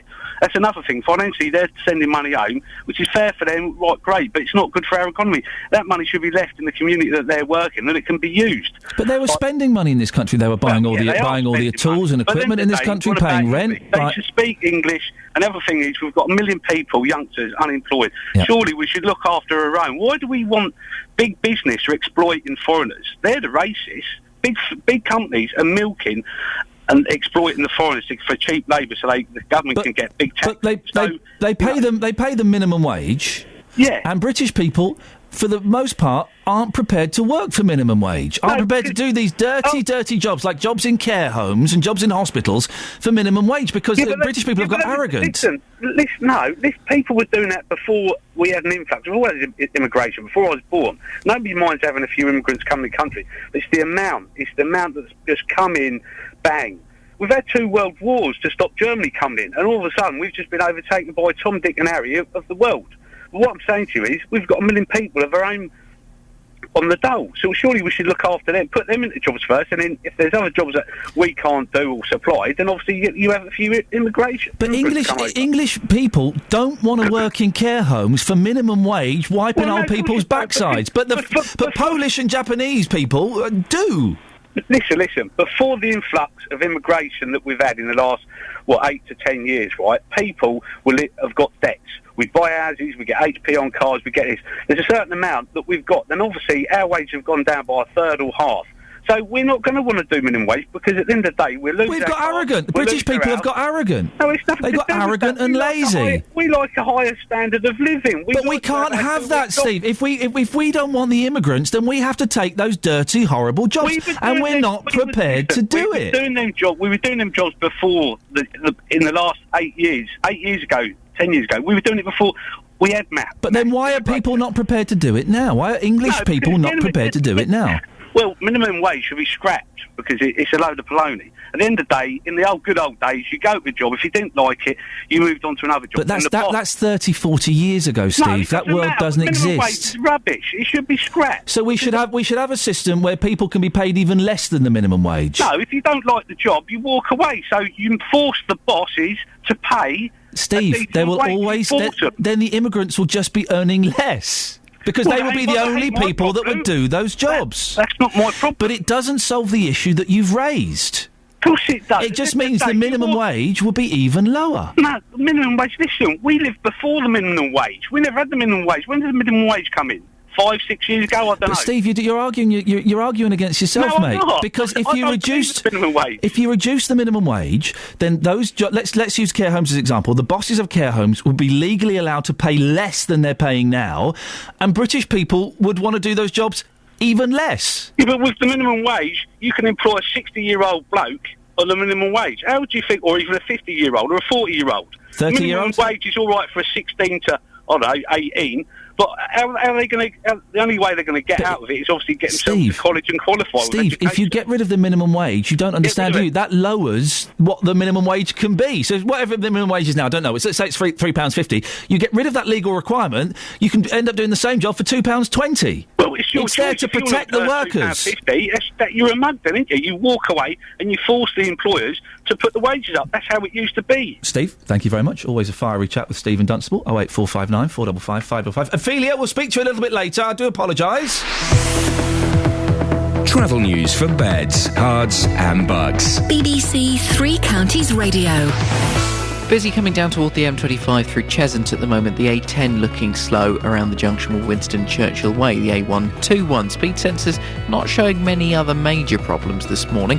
Patch of slow moving traffic on the A1 up at the Black Cat roundabout though. That's looking slow from Eton Soken. And the A5 starting to get a little bit busy past Markyate and down toward the M1 at junction 9. M25 anti-clockwise slow into the roadworks section, tailing back as far as the M11 now. It's slow as well from the M1 to Kings Langley and from Maybell Staple Cross through to the M40, and the A1 in Boreham Wood slow Stirling Corner to Mill Hill Circus. Lots of train problems. Virgin and London Midland have half-hour delays. Milton Keynes to London Euston. This is because of overrunning engineering works between Bletchley and Berkhamsted. They've managed to finish off and resolve those works, but the delays are likely for another hour or so. Greater Anglia, 20-minute delays. Bishop Stortford to Cambridge, signalling problems at Stansted Mount Fitchett, affecting the Stansted Express to and from London as well. And First Capital Connect trains are not stopping at Potters Bar because of a security alert. The station there has been evacuated. Piccadilly Line tube suspended Rayners Lane to Uxbridge. Signal failure at Ruislip is the culprit. And Metropolitan Line tube has minor delays Harrow on the Hill through to Uxbridge because of that signal failure. Adam Glynn, BBC Three Counties Radio. Thank you very much, Adam. 7:31 News and Sport now. Here's Catherine Boyle. Across beds, hearts and bugs. This is BBC Three Counties Radio.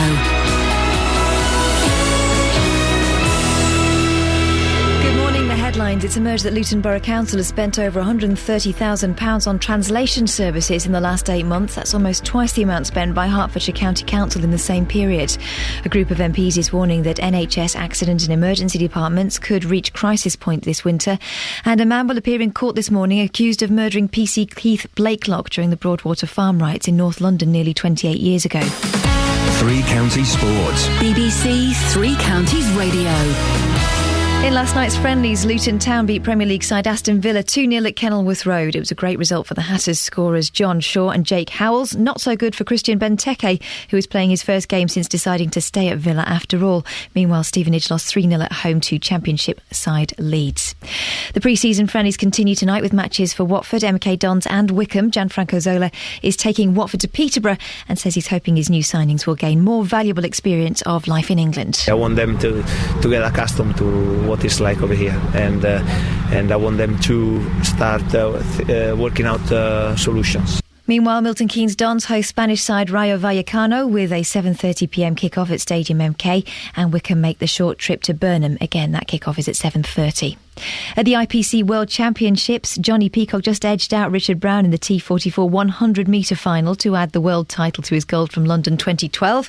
He claimed victory by 2/100th of a second and says his rivalry with the American Brown is good for Paralympic sprinting. It's fantastic for the sport. I'm happy that there's someone there now that can push the times on and we can keep running together.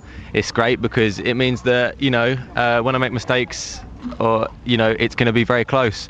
Obviously going to race him again Sunday, so he's going to have a bug on his back about that. And Anna Oliveira is going to be there as well, so it's going to be an interesting time. And Jessica Ennis-Hill made her return from injury at a low-profile meeting in Loughborough last night. She threw a personal best in the javelin and won the long jump, but she still says she's unsure about her prospects for next month's World Championships. Why? And that's your latest news and sport. She's back from injury. Remember that Achilles tendon.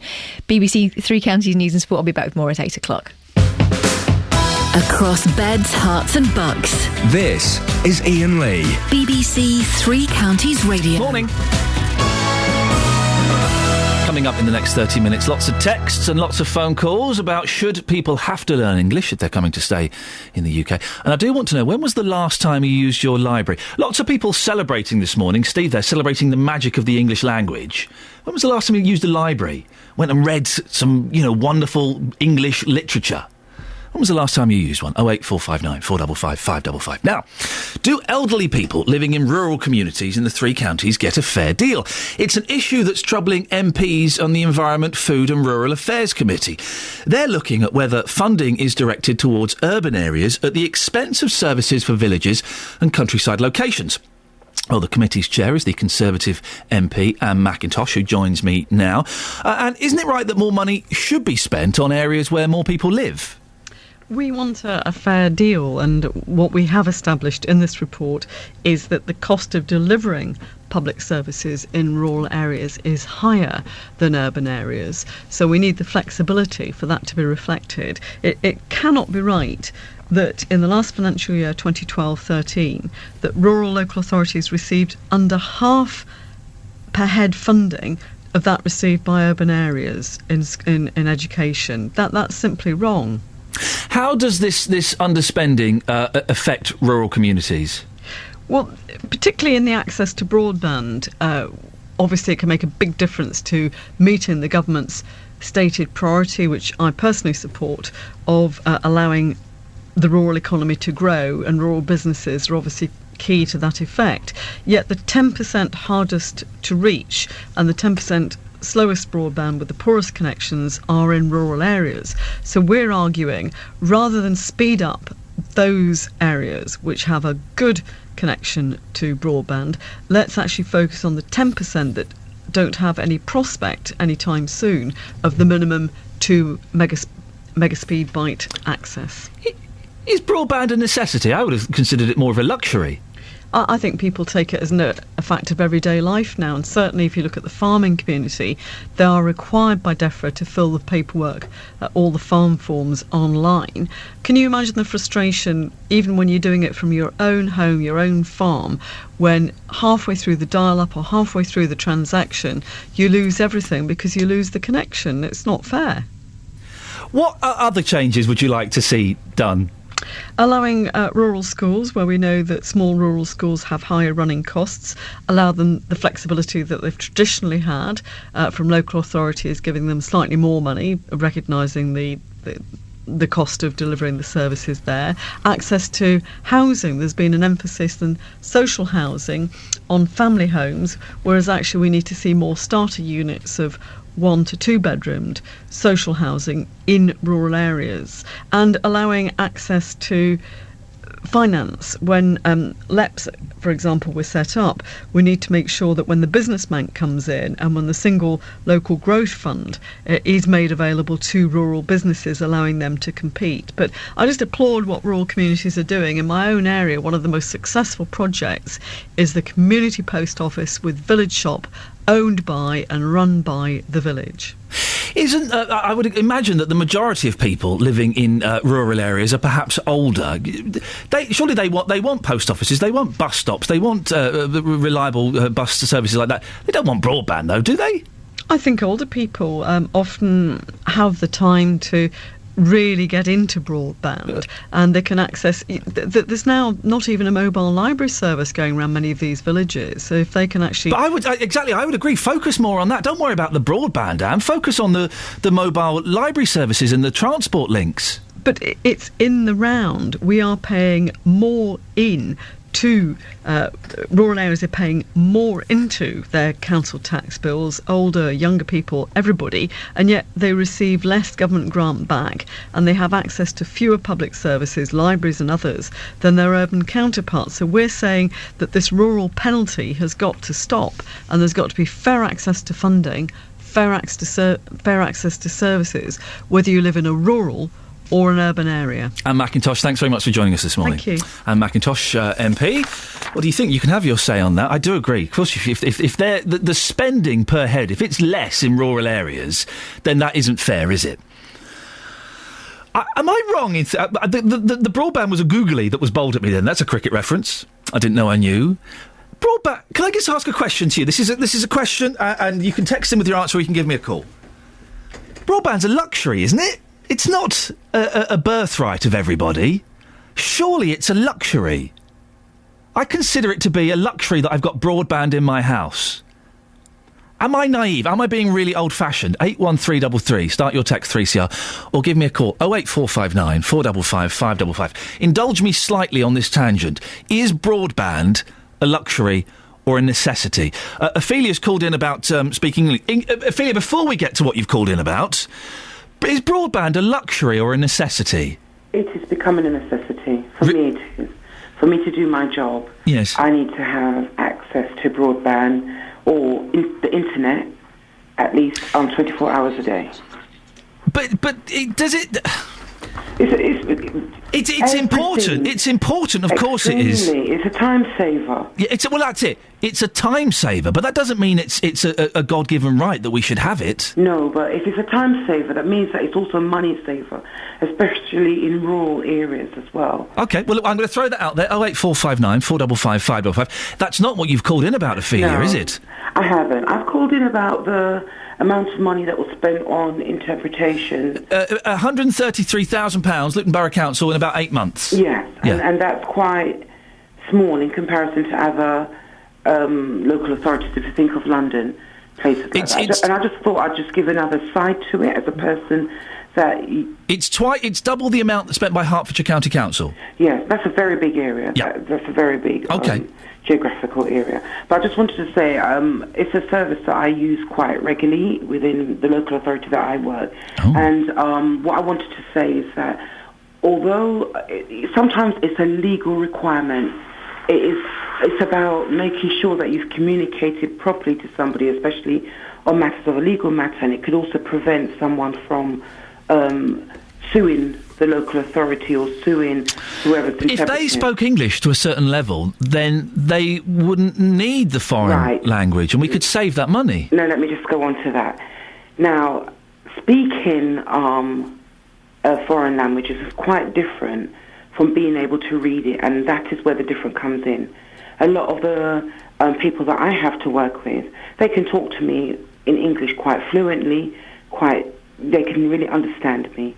But when it comes to reading English, they don't fully understand it, and to make sure that they're fully aware of the implications of what you're communicating. But if they've come to a country where the language is English, the onus should be on them to make sure they understand it. If they don't understand it well enough, then they should take it to someone who can translate it for them, or take it to a solicitor or something to go through it with them.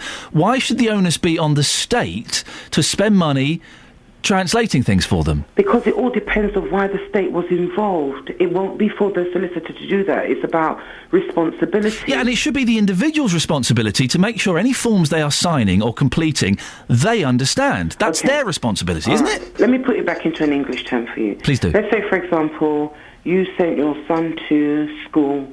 You got a letter from school saying that these things are going to happen, and you didn't understand what it meant. You'd have gone back to the school and asked for an explanation. Is the letter written in English?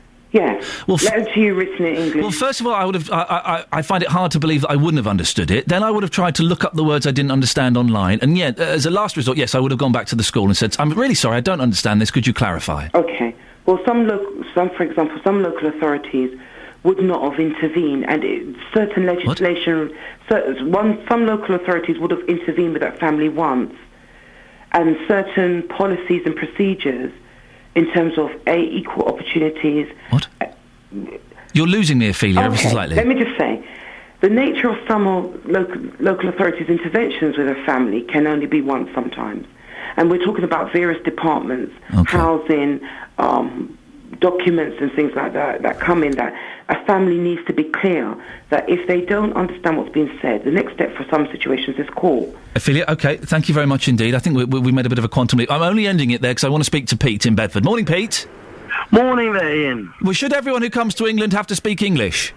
Absolutely. Just like to clarify, my wife just recently arrived from Malaysia, and one of the things she had to do was an English test before she was able to get her visa. Oh. And yes, and to be honest, I was adamant that she brushed up on her English. Her English was fantastic.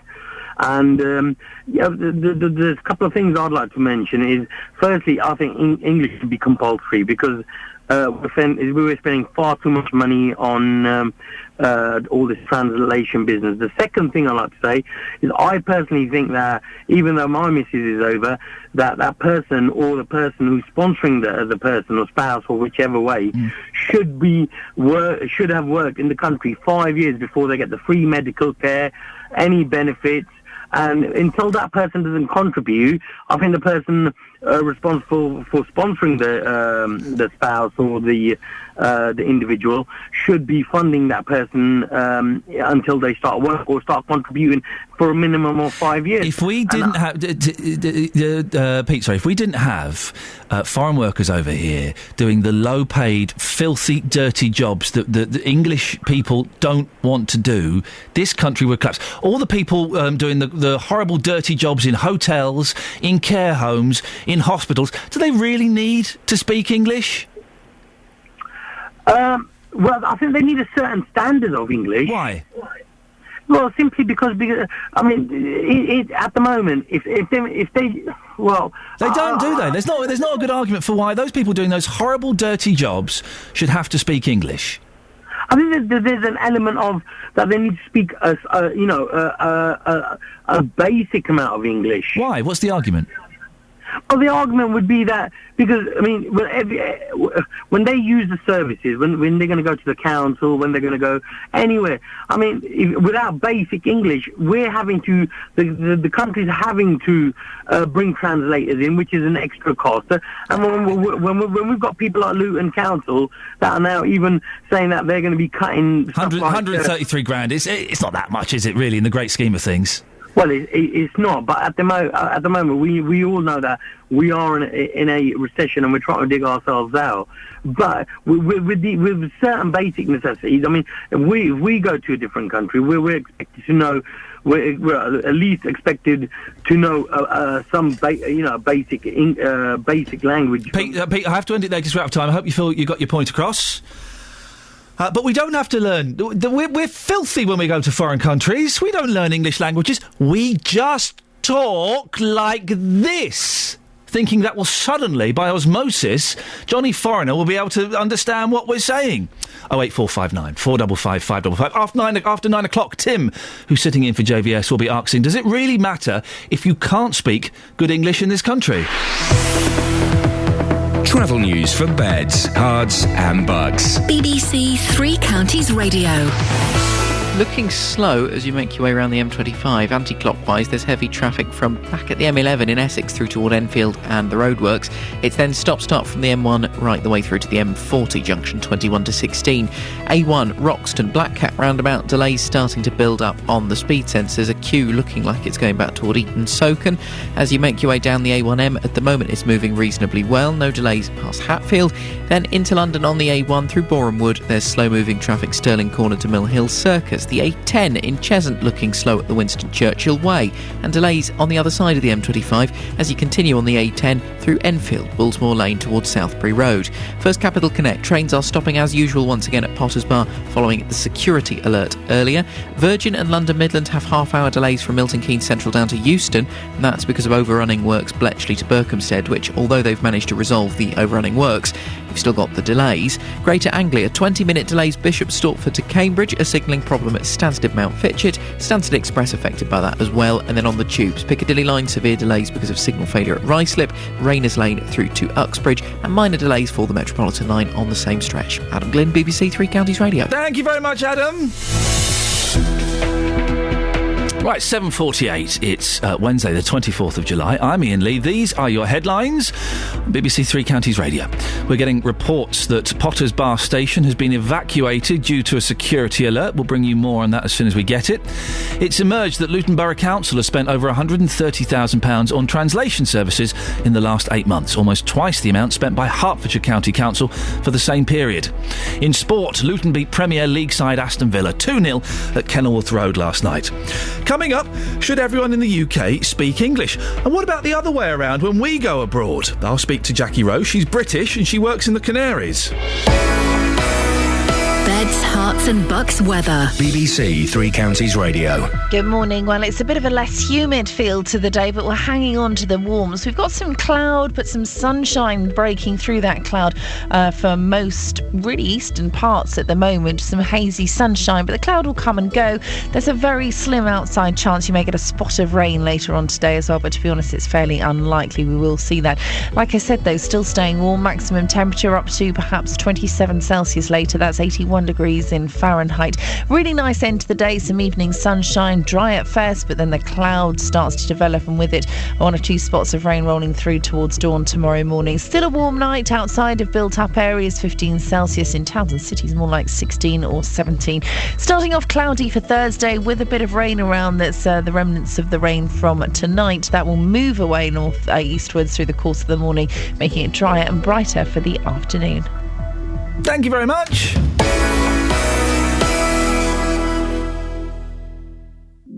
Every weekday morning from 9, The JVS Show. You just can't carry on with life. It's just awful.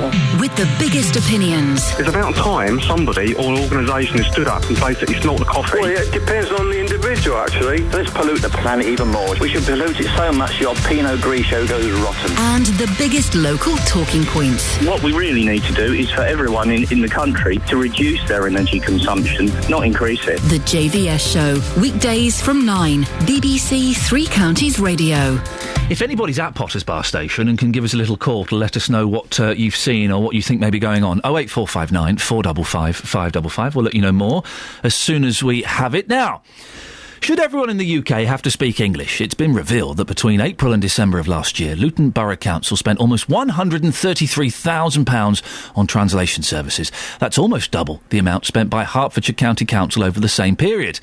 Well, the first part of a Channel 4 programme was screened last night, which looked at how hard it is for immigrants to learn the English language. The programme was screened after the Treasury insisted that foreign benefit claimants attend language courses or lose some of their benefits. Well, there are plenty of people who don't speak English either at all very well, but who are living in the UK. But does it matter? 08459 455 555. And how does it work the other way around when British people go and live overseas? Well, Jackie Rowe is British and has worked in the Canaries for 17 years for a holiday company. Morning, Jackie. Morning. Jackie, do you speak any Spanish? Yes, I do now. Well, hang on. And I stress the word now. Well, so how long? You've been 17 years, you've been working in the Canaries. Yes. Did you go over there with any Spanish under your belt? No, none at all. And I didn't believe at the age that I came overseas that I would need it, because I was under the illusion that it doesn't matter, because wherever I go in the world, everyone speaks English anyway. A little bit ignorant, really. We do have that. I remember having that as a younger man. You do think if you talk like that and do the hand gestures, then Johnny Foreigner will get along with it. Exactly. So 17 years you've been working abroad. At what point did you think, well, maybe I should learn a little bit of Spanish? If I'm honest, probably about 2 or 3 years in, the Jackie. penny actually dropped. I know, Jackie I Rowe, know. naughty. Naughty. I know. The penny actually dropped that this was something that I wanted to do long term. Yep. And that if it was going to be something that I wanted to do long term and I wanted to fit in and I wanted to take advantage of, living overseas and embracing the culture and life over there, then I really did need to learn the language. So how much Spanish can you speak now? I would not say that I'm fluent by any stretch of the imagination. Not at all. Not at all. Can you order, like, drinks and stuff? Is that it? Yeah, well, no. No, come on, steady. give me a little bit more credit than that after 17 years. Well, I know you've only been learning it for 2 years. Okay, British mentality to begin with. Yep. With regards to my job, then I can definitely converse and get by on a day-to-day basis. Okay. And, and sometimes I have to use the odd little bit of Spanglish. Oh, yes. That always goes down well, bit of Spanglish. The thing I've noticed when I'm abroad, and I don't really speak foreign languages, a tiny bit of Japanese, although I've forgotten most of it, but they appreciate, it seems to be appreciated in foreign countries that you make the effort. No, of course, 100%. Even if you greet them good morning or good day or goodbye or thank you, then that goes such a long way, and you do get a better response. The unfortunate thing is a lot of people do just wade in and expect them to speak British, and the response, isn't always what people would expect. Mm. Do you find you get you're getting more out of being there by speaking Spanish? 100%. Yeah. 100%. It obviously makes life a lot easier for me, and with my partner not being Spanish, and he speaks fluent Spanish because he's had to. Yeah. It just makes life a lot easier for both of us, to be perfectly honest with you, because I can help him. He helps me a lot more, to be quite honest. But, it just makes life a lot easier. Jackie, thanks for coming on this one. I really appreciate it. Not a problem. Take care. Cheers, that's Jackie Rowe. British, worked in the Canaries for 17 years. Last couple of years, she started learning Spanish. She was fun, wasn't she? 08459 455 555. Now, when was the last time you used your local library? There are fears that Luton's mobile library service is facing the axe.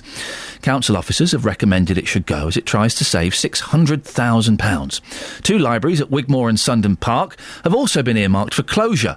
The Central Library and the one in Bury Park will stay the same. Others will either have their hours cut or staffing changed. Well, earlier on in the show, I spoke to Barbara, who uses the mobile library when it visits Leagrave. She says if it goes, it will be a tremendous loss. I read 3 to 4 books a week. As I say, they find me big print because I've got a job in my eyes. They're very helpful with other things. They'll help you fill forms in. They'll find out information for you. Being an OAP, I just can't afford to buy books. You know, if they keep taking things away from people of Luton, we'll have nothing in the end. Well, Jenny Davis is Liberal Democrat councillor for Stopsley. This isn't the first time library closures have been proposed in Luton, is it? No, it certainly isn't. I almost feel my permanent job as a councillor has been to save Stopsley Library from closure. It's been done, it's been attempted several times, and I'm glad that Stopsley is at least to stay open this time. It has been earmarked for closure in the past. This time it's Wigmore and Sundon Park that looks set to close. Do you think the council have given up trying to close Stopsley, and if so, why? Well, I certainly hope so. It's very much needed. It's an area with more than the average number of older people. The library, it's pretty basic. It's in a temporary building, but it works extremely well. And lots of people in Stopsley can actually walk to it, which is one of the best things about it. It's very well used, and people would certainly miss it, and it would be very difficult for them to get to any other library. Our bus services are not wonderful. It's the argument you're using for Stopsley could also be applied, I guess, to Wigmore, Sundon Park, and the mobile library as well. Certainly it could be applied to Wigmore and I believe to Sundon Park, though obviously I don't know that as well. Wigmore is going to be difficult for people. It's a purpose-built library. It's one of the busiest in the town, and it does seem rather perverse to close a library that is extremely busy and very well used. And all they seem to be replacing it with is some kind of computer terminal. And of course, if you're not very computer savvy, the idea of having to access books through a computer terminal, I think, is going to exclude a lot of people from the use of the library resource, because they just will not be able to do it. I love libraries, Jackie. I think they are cathedrals of knowledge and we should all embrace them. But whenever I go to the library, they're always quite empty. People don't use them. Oh, I think they do. People go in at different times, use them in different ways. They're a lot more than they used to be. But for me, the great thing about a library is, as something of a bookworm myself, is that you've got lots of actual books there, and people can pull them out and read them, and sometimes they get a bit dog-eared, but that simply means they're popular. Wouldn't it be cheaper just to buy everybody in the area a Kindle? It might be in the long run, but you can't curl up with a Kindle in the way you can curl up with a book. I think an actual book is something to be treasured, and I have lots and lots and lots of them because I've bought them over the years, and I find them very hard to part with. And I think that libraries are a repository not just of physical books, but of human knowledge going back centuries, and also of human ability to write a cracking good story. And that is something that is extremely valuable. Jenny, we have to end it there. I'm running out of time. Thank you very much. Jenny Davis, the Lib Dem councillor for Stopsley. Well, when was the last time you used your library? Travel news for beds, cards and bugs. BBC Three Counties Radio.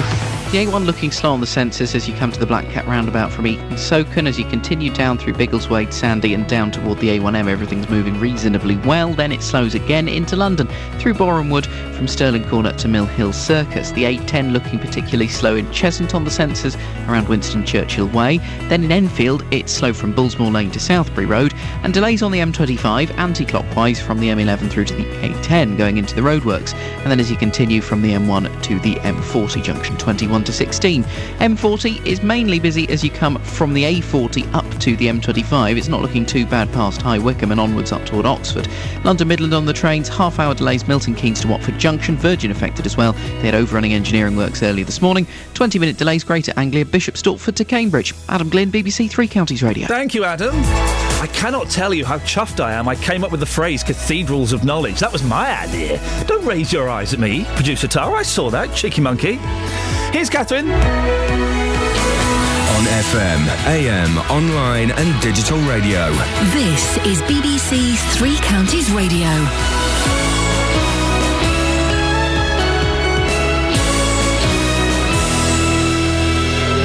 It's 8 o'clock. The headline: security alert at Potter's Bar, Luton's translation spend in the spotlight, and Hatters beat Premiership Villa. BBC Three Counties Radio. It's understood trains are operating once again at Potter's Bar following a security alert earlier this morning. Passengers were evacuated from the station while staff dealt with the incident, the circumstances of which are unclear at the moment. We'll bring you more as soon as we can. The MP for South West Bedfordshire is criticising Luton Borough Council for spending over £130,000 on translation services over the last 8 months. The figure is almost twice the amount spent by Hertfordshire County Council in the same period. The Conservative MP Andrew Selous says that money would be better spent on language lessons. I guess Job Centre Plus would pay, and I don't know whether there would be an element of payment by results, which we're using quite a lot in the benefit system at the moment. With all the welfare to work providers, you've got In Training and CTEC based in Luton, for instance, they're actually only paid when they get people into work through the reduction in benefits and when they're actually keeping people in work. So it might be possible to use that model. A man will appear in court this morning accused of murdering PC Keith Blakelock during the Broadwater farm riots in North London nearly 28 years ago. The Crown Prosecution Service announced yesterday that it had sufficient evidence to charge Nicholas Jacobs, who's now 44. A committee of MPs has questioned whether NHS hospital emergency departments in England are sufficiently prepared for next winter, with a warning that demand could become unsustainable if action isn't taken quickly. The government says waiting times for patients have improved, but the chairman of the Health Select Committee, Stephen Durrell, said the health service was under sustained stress and a new approach to the problem was needed. NHS England ought to ensure that there is in place by the end of September this year a plan in every locality to ensure that the demands that we can predict will be placed on the system this winter are going to be met. A Bedfordshire campaigner is echoing MPs' concerns that there is a rural penalty for living in the countryside. A parliamentary report suggests rural communities pay higher house prices and council tax bills, but receive less government funding than urban areas. Alan Appling from the Campaign to Protect Rural England says schools, shops and services are key to the survival of rural locations. A Hertfordshire couple are back home with their new baby, who was born at a bus stop in Hertford. Nicole and Mark McClurg were on their way to the Lister Hospital in Stevenage when their daughter decided to make an appearance. As Nicole's contractions intensified, Mark was forced to pull over and deliver Dana Marie himself at the Hertford Bury Road bus stop. Sport now. In last night's friendlies, Luton beat Premier League side Aston Villa 2-0 at Kenilworth Road. Not a great result for Christian Benteke, who is playing his first game since deciding to stay at Villa, but those Hatters goals came from John Shaw and Jake Howells, and Stevenage lost 3-0 at home to Championship side Leeds. The weather: a drier day with sunny spells and the possibility of isolated showers, along with a top temperature of 27 degrees Celsius, that's 81 Fahrenheit. Get the latest news and sport online at bbc.co.uk/3 counties.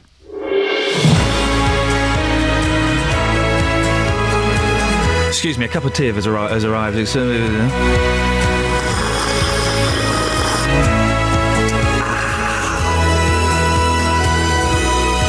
Morning, this is Iain Lee, BBC Three Counties Radio. I've noticed on one of the Facebook pages there's a campaign to get rid of me. How rude. How rude. Click like if you think Iain Lee should go. 28. I can live with that. If it reaches 50, I'll start panicking and start composing my letter. Producer Tara and Kelly Betts said they're going to go and click on it now. How cheeky. How rude. Lots coming up in the last hour of the show, including...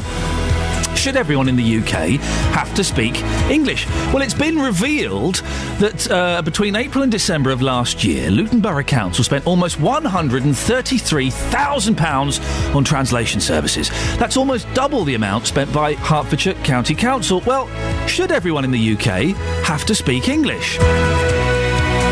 As a local authority plans to close some of its libraries and mobile library service, I'll be looking at the impact that could have on local people. We'll have the latest on the Potter's Bar situation. If you've been there, do give us a call. And just on a completely side note, after a conversation I had with an MP about rural areas, broadband, is it a luxury or a God-given right? Facebook.com/BBC3CR. You can send me a text, 81333, start your text 3CR, or you can give me a call, 08459 455 555. Across beds, hearts and bucks. This is BBC Three Counties Radio. Well, earlier on in this programme, the MP for South West Bedfordshire criticised Luton Borough Council for spending more than £130,000 on translation services over a period of 8 months. The figure is almost twice the amount spent by Hertfordshire County Council in the same period. Conservative MP Andrew Selous says that money would be better spent on language lessons. Well, last night a Channel 4 programme was screened which looked at how hard it is for immigrants to learn the English language. The programme was filmed after the Treasury insisted that foreign benefit claimants attend language courses or lose some of those benefits. Well, there are plenty of people who don't speak English living in the UK. Does it matter? I keep saying it. The lads that came and did some building work for me, only one of them spoke English. The rest didn't. They did a cracking job. They paid tax. And they didn't seem to... There was no problem with them not speaking English. Well, 08459 455 555. Justin Dealey has been out. And you found several people, Justin, who don't speak English. Absolutely. I was out in Luton for 30 minutes, and in that period of time, I found 16 people who couldn't speak English. Here's me trying to have a conversation with those people. My name? Maria. Do you speak good English? No, speak Spanish. How long have you lived in the UK for? Oh, I don't know English, not speaking English, no. You're not even trying to learn English at all? Oh, no. No comprendo, no English. No English, no, sorry. So, do you speak English? What? How long have you lived here for? I don't know. How long have you lived here in Luton for? Here is 1 year, 2 months. Since you've been here, have you made a conscious effort to try and learn our language? Language. Have you tried to learn English? English. Are you taking lessons on how to learn English? English here. They speak English. I mean, with the greatest amount of respect, your English is not very good. Are you trying to learn our language? Are you taking lessons on how to learn English? I don't. No. Understand. No understand. Can you speak English? Not speak English. Polish speak. Can I ask you what your name is, madam? No. Is it because you don't speak English? Nie, dziękuję. Speak English, no. Madam, what's your name? Monica. And how long have you lived in Luton for? No understand. How long has your friend lived in Luton for? Jak długo mieszkasz tutaj? 3 lata, jak jest. 3 years. 3 years, okay. Madam, can I ask you a quick question about Luton? Sorry. You don't speak English? Yes, I don't speak English, sorry. Well, that was Justin Dealey speaking to people. I think it took him half an hour to get that. Well, we can speak now to Lisa Williams, who moved to Spain in 2005 from the UK and made the effort to learn the language so she could integrate her family into the culture. Morning, Lisa. Good morning. Did you learn? Oh, hey, there we go. Yeah, that's so good. Did you learn Spanish before you went or while you were out there? I took some evening courses at a local college before I went. Very basic. I could order a coffee. I could count to 100. I thought I was better prepared, Ian, than I really was. Oh, I see. So when you got there, you struggled a bit. Why did you struggle? I struggled a lot because, of course, ordering a coffee and directions to the beach were fine for tourists for a week, but obviously my intention was to live here long term, and it just didn't, I realised I was completely ill-prepared. So what did you do? Did you just throw yourself into the community and try and pick it up? Did you go to lessons in Spain? How did you do it? In the beginning, I didn't do so much, to be honest. I think I was a bit in shock, and obviously I was getting used to life over here. It was really after about 6 months that I really had to tackle the situation, because I couldn't continue not speaking Spanish. How much of a difference has it made being able to speak the language? Oh, a huge difference. Absolutely a huge difference. I mean, in terms of day-to-day life, just going to the supermarket, dealing with utilities companies, dealing with bureaucracy, I I've had to learn it. And are you fluent, Lisa? Can you pretty much get by? You can watch the Spanish news, for example, and know what's going on. Pretty much. I can watch the Spanish news, and I can have a good argument, and I can defend myself. That's always important, yes. Still, after 7 years, I have sometimes difficulty with films, and to be honest, if I want to relax, I still watch a film in English, but on the street, I can definitely get by and hold my own now, for sure. From your experience, life must be quite difficult for immigrants in England who can't speak English. Well, I can only imagine so. I can't see how it would be possible to live long term in England. Personally, I couldn't see how they could live long term in England and not speak English. In terms of integrating and being confident and being, autonomous and participating in life there fully and not being dependent on other people, if that's what integration really means. How old are your kids, Lisa? I've got a 3-year-old called Daniel and a 1-year-old called Sophia. Oh, well, they're the perfect age to be brought up bilingual, aren't they? Yeah, well, Daniel is a chatterbox, and he's completely bilingual in Spanish and English. Yep. Sophia obviously is not saying so many words now, but Daniel is completely, obviously he speaks with me in English and with his daddy in Spanish, and he changes between the two languages. He even dreams in two languages because I hear him sleep talking. Wow. And he'll definitely speak in the two languages. That's the way to do it. Lisa, listen, we have to move on. Thank you very much. Lisa Williams, who moved to Spain in 2005. That's the age. I've got a little niece who's 4. She's trilingual. It's kind of bilingual with a little bit of tri. She flips between Swedish and English and a bit of Greek as well every now and then. It's incredible. That's the age. Well, I'm joined now by Kelvin Hopkins, MP for Luton North, and he joins me. Good morning, Kelvin. Morning, Lee. Should we be cutting the benefits for those people who can't speak our language? Well, I think that's a bit harsh. I mean, encouraging people to learn English is always very sensible, and I would think most people who come to Britain over time do learn English, especially those who are out and about in society. Do you really believe that, Kelvin? Because there are, I see it every day, lots of people who don't speak any English. Well, how many of those have just arrived very recently? I mean, there are some communities where perhaps the elderly ladies stay at home and don't get out, and they would have greater difficulty. But the children all learn English because they go to school.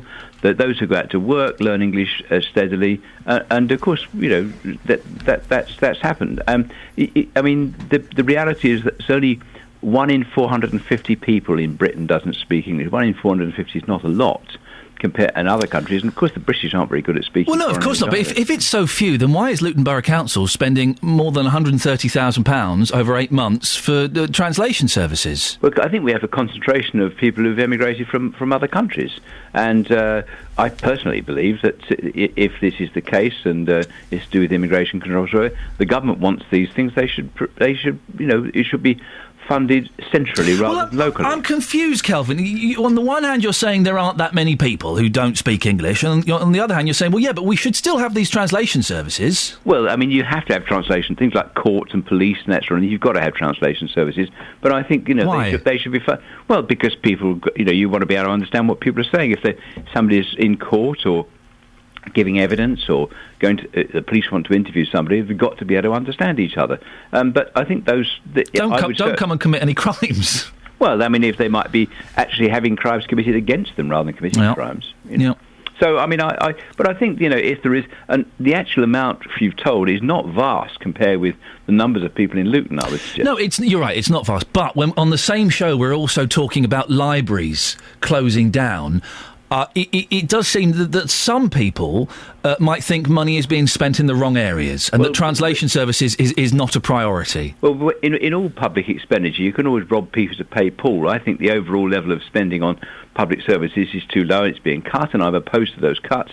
It's, cutting valuable services like libraries. I don't actually agree with government policy in these matters, and I've said so many times.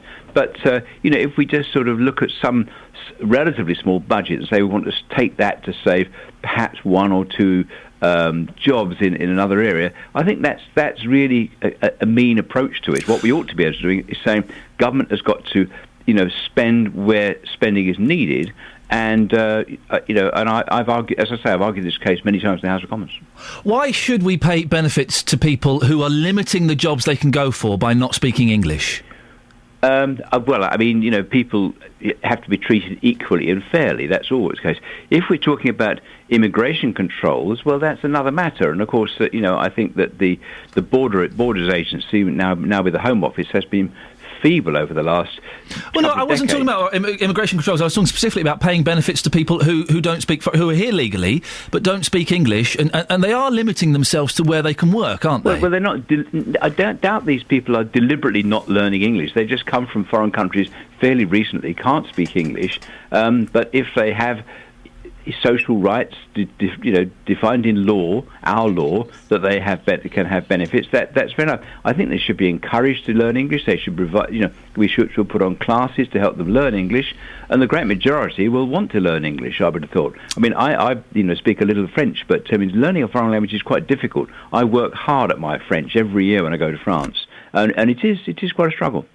Kelvin, thank you very much indeed. We have to move on. Kelvin Hopkins, MP for Luton North. 8:15, let's get the travel with Monsieur, that's Spanish, Adam Glynn. French.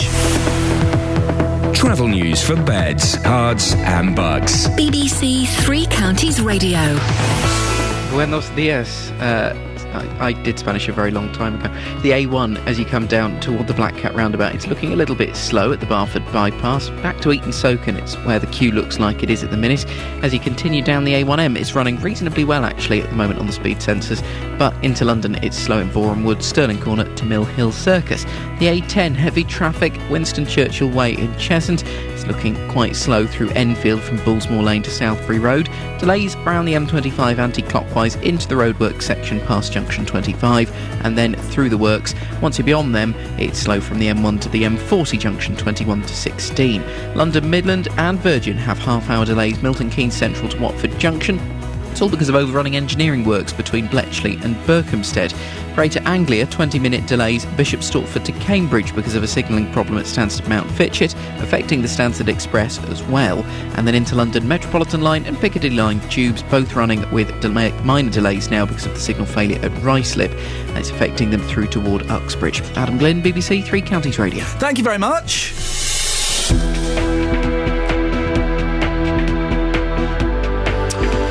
8:17. It's Wednesday the 24th of July. I'm Iain Lee and these are your headlines on BBC Three Counties Radio.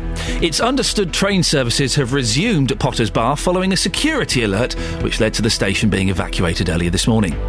The MP for South West Bedfordshire is criticising Luton Borough Council for spending over £130,000 on translation services in the last 8 months.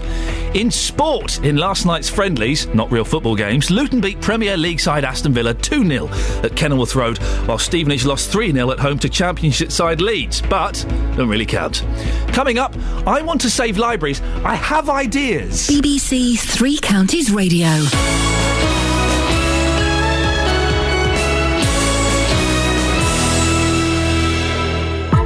Iain Lee. The latest Best Of podcast is now available. It's definitely worth a listen, because there's things like, well, sports that aren't actually sport. Listen, have you looked up the definition of sport? I don't need to. I'm a human being, Jeffrey. I know what sports are.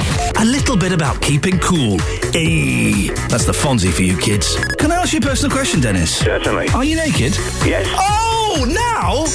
All rounded off with a touch of UK holidays and why I think they're awful. You should be supporting our country, not going off to Spain and getting Spanish tummy. Get it via our website at bbc.co.uk/3 counties. That was me doing a trail for me. Trail for yourself. Tim is here. Tim, do you know who Una Stubbs is? No. Is she a baroness? No! That's Una someone. Who's the Baroness Una? Una King. Oh, Una, it's not the same person. No, not in the slightest. This is... Can someone... Right, 08459... You're not going until we get a phone call. She sounds northern. Una Stubbs. Is she from Last of Summer Wine? She probably is in it now, actually. 08459 455 555. Can someone phone up and tell Tim who Una Stubbs is? Please. Please. I'm working with uneducated children here. This is the BBC. You should not forget people coming to learn English. People who work here should have to do a course on British culture. And question 3A should be, name 2 television programmes that Una Stubbs has been in. Keeping Up Appearances. Oh! The phones are ringing. Get the phones. Put someone through on the phones. There's someone phoning to have a go at me. Paul's in Biggleswade. Morning, Paul. Morning, Ian. Can you believe the idiots, and I don't use that term lightly, the idiots I have to work with here at Three Counties Radio? Yes, I can, unfortunately. Oh, you've been listening for a while, have you? Very nice. Thanks, Paul. Paul, would you like to educate a member of the team here, please? Morning, Paul. Good morning, Tim. Una Stubbs is an actress. Yeah. And Baroness. she played the daughter-in-law to Alf Garnett in Till Death Us Do Part. I can't think off the top of my head what else she's been in. All right, well, Paul, listen, stay there. Yeah. Listen, Graham's in... Graham? Good morning. Graham, you can educate Paul and Tim. Una Stubbs, apart from being the great-granddaughter of Ebenezer Howard, she currently plays Mrs. Hudson in Sherlock, and she was in films and as a dancer and singer in the 60s. Right, hang on a second. What? Why is nobody saying the two really, really obvious things? She's a baroness. But she's not a baroness, Tim. What was she in? Right, OK. Oh. Right, but Paul and Graham... Yes? She was in three really big things, OK? Wurzel Gummidge. What? Yes, there we go. Wurzel Gummidge, that's not big. Right, yes. She was Aunt Sally in Wurzel Gummidge. Wurzel Gummidge, that's a movie about like a scarecrow that sleepwalks or something like that. You're such an idiot! She's also... Is Wurzel Gummidge different from Greengrass, from Heartbeat? She's also... Not much. She's also in a Cliff Richard film. Summer Holiday. Thank you very much. I've heard of that, okay, and let me give you another clue. Let me give you a clue. I'm giving you a clue. 3 words. It's a television show. The third word is clue. Oh, give us a clue. It's 4 words. 4 words. Give us a clue. Give us a clue. Wurzel Gummidge, Summer Holiday, and the stuff that these... Well, no, it's useful that you've got these correspondents quickly on the line with all their in-depth knowledge of Paul and Graham, Miss Stubbs. Thank you so much for... You're both my official Una Stubbs correspondents. She's on Who Do You Think You Are Tonight with talking all about... Oh, she's on telly tonight! How Thank topical. you! There we go, thank you. When I say official, there's no money in it. Now...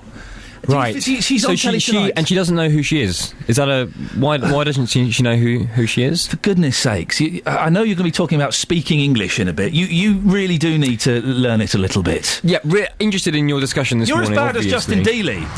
No, I think I've probably made more efforts to learn foreign languages than Justin Dealey. Is Justin there? Justin? Have you two quite finished yet? Why? Knocking me again. Will you carry on? No, you carry on, go on. Right, his fader's off. You do your thing, and then we'll speak to Justin. He's really getting on my nerves at the moment. Loving your discussion this morning. I've £133,000 on translation services spent in between April and December at Luton Borough Council. Now, I worked that out with some basic maths of £16,000 a month, which does sound like quite a lot of money. I know in the overall council budget... It's half my salary, it's ridiculous. Is it? Yearly. The thing is... Surely it's down to the government to decide who comes into the country. They make those decisions, not Luton Borough Council or any of our local councils. Once people are here, we have to deal with the situation. We have to deal with the problem that they either speak good English or they don't. Yep. For me, it's almost a little bit Darwinian. If you do speak good English, presumably you'll have access to the best jobs. You'll be able to get ahead. If you don't speak as good English, you won't have the same opportunities. You'll have to do various jobs that don't require you to speak brilliant English. If you don't speak as good English, you're correct, yes. Yes. Now, I just wonder, is it really that much of a problem if someone comes over here and their first language isn't English, they speak a little bit of English, not very much at all, and their boss, let's say they want to be a taxi driver, the boss of their firm speaks the same language as they did back at home, they get a job driving a taxi, and then over a period of how many years, I don't know, does it matter? They gradually pick up the language. Is that a problem? Because he will be my brother-in-law probably one day if we get married. He moved to Spain about 15 years ago. He's got a Spanish wife. He moved over there. He runs restaurants. He's been running restaurants successfully. He employs dozens and dozens of Spanish speakers. And if BBC Tres Radio in Spain had have gone up to, if Justino Dealey had have approached him in the street after he'd lived in Spain for about 5 years and asked him, do you speak good English? He wouldn't. He would appear to not speak the language. Now, we're talking 15 years on, he can speak quite good Spanish. Okay. It hasn't stopped him going over there, setting up a business. I just wonder, how important is it? Does it really matter? If you want to come over here and do some kind of a hands-on job, I think you need to try to learn. I totally agree, and I think we should all do a bit more to try and get people learning English. But I wonder, last night on that programme, we had on Channel 4, we had immigrant families living with native families and doing like an immersion technique of learning English. Yes. Maybe all the people that are calling the radio station this morning saying that they hate the fact that people don't speak English in the town centre, you might think this is crazy. Why don't we all offer to volunteer half an hour a week to someone else to help them learn English? Is that a crazy idea? Volunteer half an hour of your time to help someone else learn English. I'm up for that, definitely. Justin, would you do that? Yeah, I think so, yeah. What is wrong with you? Tim's doing it. We'll do it in a second. Tim, he's going on a bit, though, isn't he? Well, listen, I want to ask the question this morning. Please Does it do. really matter if you can't speak good English in this country? I think you should try, but does it really matter if you can't? Justin, I don't know why you've been brought into this. I've been told I have to... Well, I was going to say, I've been in Luton recently. Yeah. I found 16 people in 30 minutes who couldn't speak English. It wasn't hard to find those people. I've been out and about again this morning, Ian, getting some more views. There is a fascinating point at the end of this piece. This is what people have had to say to me this morning about speaking English. You want me to press the button? Yes, please. Please? Please. So you came to the UK back in 1990. Do you think everyone living in the UK should be speaking English? Yes, all the people who are coming to UK should have basic communication skills in English so that they can make their day-to-day activities outside their home and everywhere in English. They should understand and be able to speak basic English. Yeah. They can keep their own culture, traditions, language at home, outside as well, but they need to learn language and the traditions of the place where they are coming as well. Yeah. Yes, well, the communication to begin with. I think there's a lot of people who, I know of quite a few friends of my son's families that only mainly the children speak English. So, yes, Justin. Only the children who speak English. Great point at the end there, because the parents aren't, but the children are. Now, you're saying to me this morning, you're saying that, well, does it really matter? You know, Yes. people can come here, they can work here without speaking the language. Well, I've not found anybody so far who says to me, yeah, that's fine. You can certainly live in this country, you can integrate in this country without speaking English. I cannot find those people. But the thing is, Justin, I'll go in a second, Ian. I know you've got to get on with the show. But the thing is, imagine if you lived in a country that was less good than the UK. Like, we're lucky to live in the UK.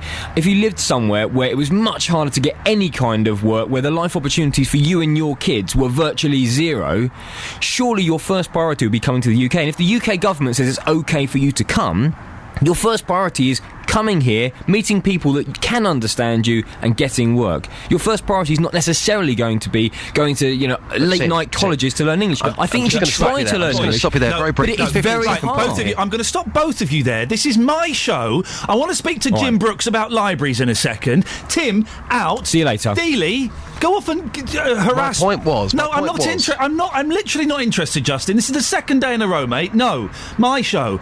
Go out and get a Vox on something. Seriously?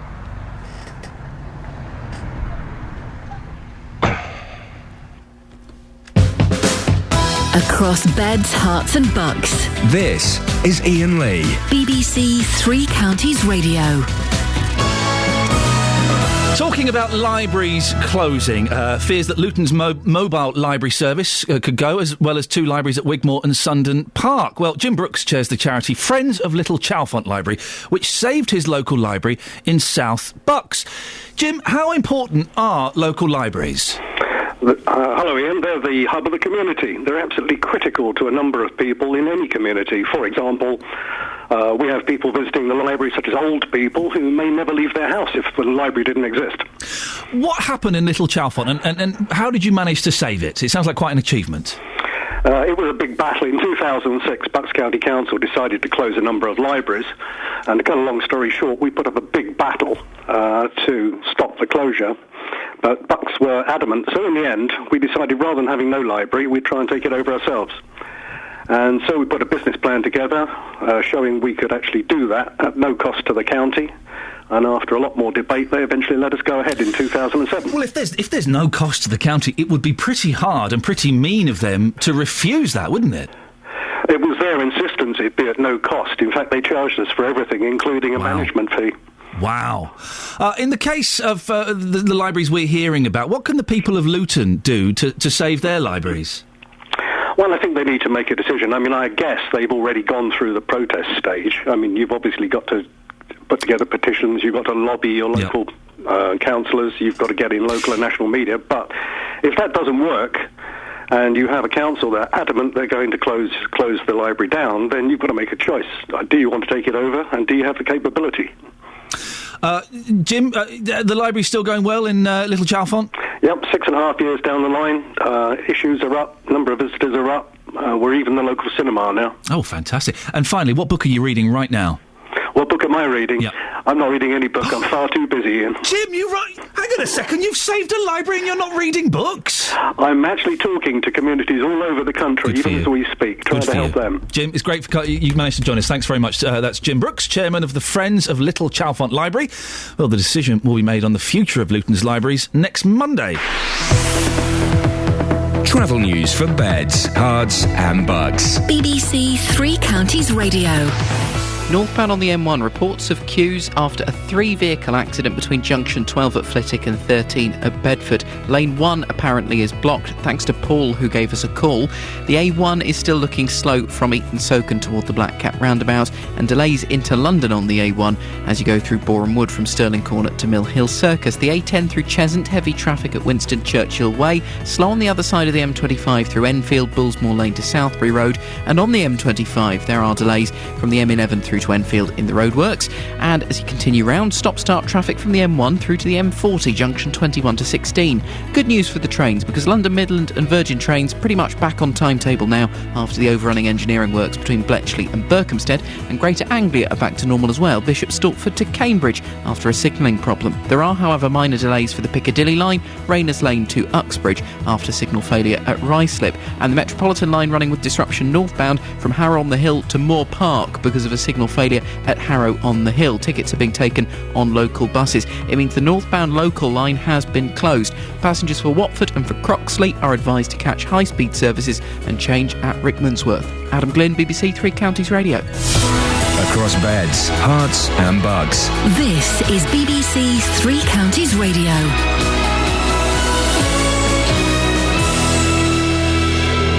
With the 8:30 headlines, I'm Catherine Boyle. It's understood train services have resumed at Potters Bar following a security alert which led to the station being evacuated earlier this morning. The MP for South West Bedfordshire is criticising Luton Borough Council for spending over £130,000 on translation services in the last 8 months. And a man will appear in court this morning accused of murdering PC Keith Blakelock during the Broadwater farm riots in North London nearly 28 years ago. Three Counties Sports. BBC Three Counties Radio.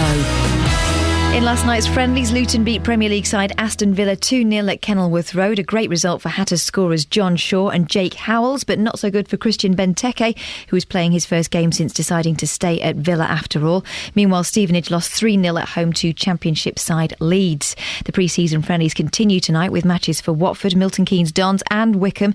Gianfranco Zola will take Watford to Peterborough and is hoping his new signings will gain more valuable experience into life in England. I want them to get accustomed to what is like over here, and I want them to start working out solutions. Milton Keynes Dons host Spanish side Rayo Vallecano with a 7:30pm kick-off at Stadium MK, and Wickham make the short trip to Burnham. Again, that kicks off at 7:30. Newlywed Jessica Ennis-Hill made her return from injury at a low-profile meeting in Loughborough last night. She threw a personal best in the javelin and won the long jump, but she's still unsure about her prospects for next month's World Championships. More from our athletics correspondent Mike Costello. Ennis-Hill had delayed her return to action 5 times, and any frustration appeared to be cast aside as she threw a lifetime best effort of 48 metres 33 centimetres in the javelin. She then won the long jump, but revealed afterwards that the Achilles problem, which had sidelined her, is still painful. She'll assess how the ankle responds now in the run-up to the London Anniversary Games, where she's entered in the long jump and the sprint hurdles on Saturday.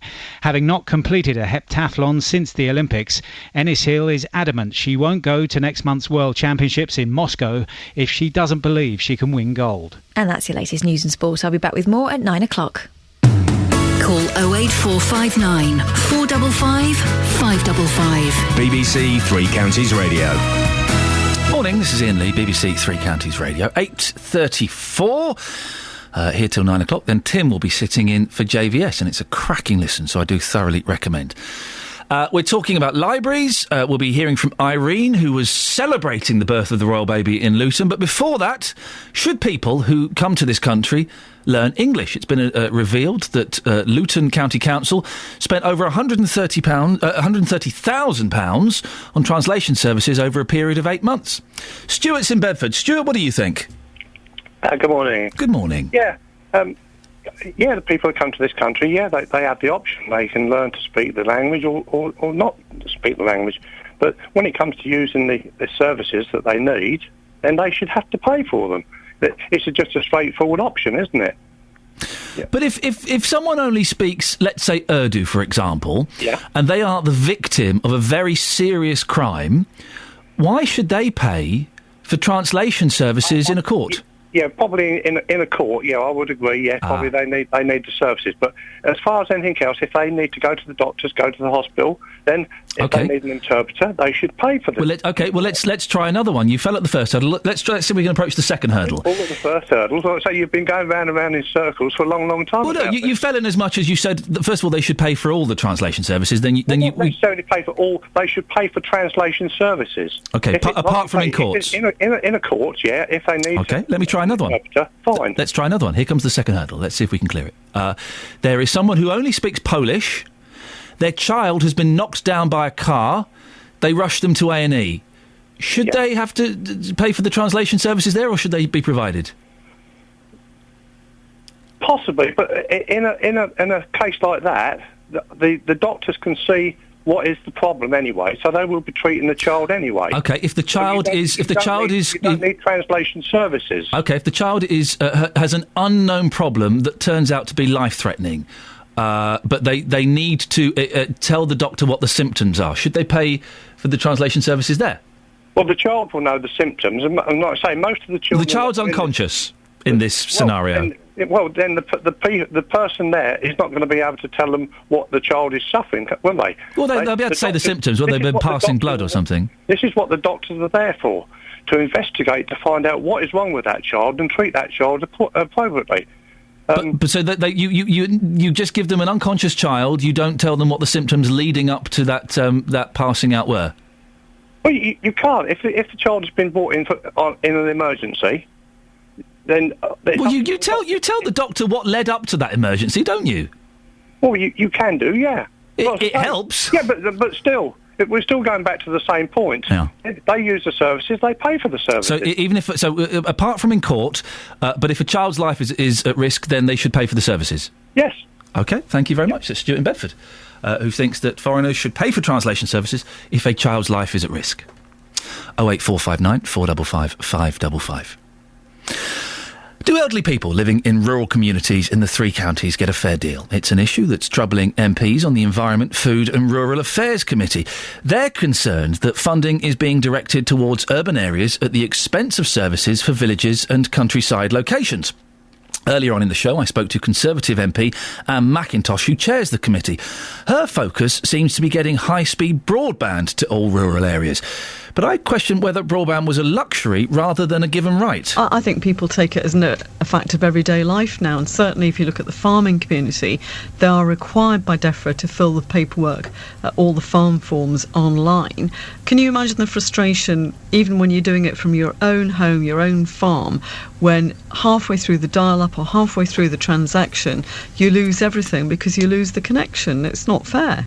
Well, Alan Appling is the treasurer of the Campaign to Protect Rural England Bedfordshire branch and also chairs Cardington Parish Council. Joins me now. Morning, Alan. Good morning, Ian. Do rural areas miss out financially compared to towns and cities? I think that's a tricky one. From the point of view of CPRE, you realise I'm speaking with sort of two hats here. Yes. From CPRE's point of view, you have to accept that living in a rural area imposes different conditions on you from living in an urban area. And there are bound to be some differences. For example, one of the ones that affects lots of people is bus services. It simply isn't feasible to provide the same sort of access to all facilities for all country dwellers as it is for urban dwellers. Isn't that one of the joys of living in a rural community, that it is quieter and slower than living in a city? Well, absolutely. And that's something, it's a way of life that CPRE wants to preserve. There's no point in providing services to rural areas if it comes at the expense of developing it into an urban area. So that's the position of CPRE particularly. It's about appropriate development and stimulating thriving communities which are rural, but nevertheless financially and socially feasible. Are you aware of any services locally which are obviously suffering from a lack of investment?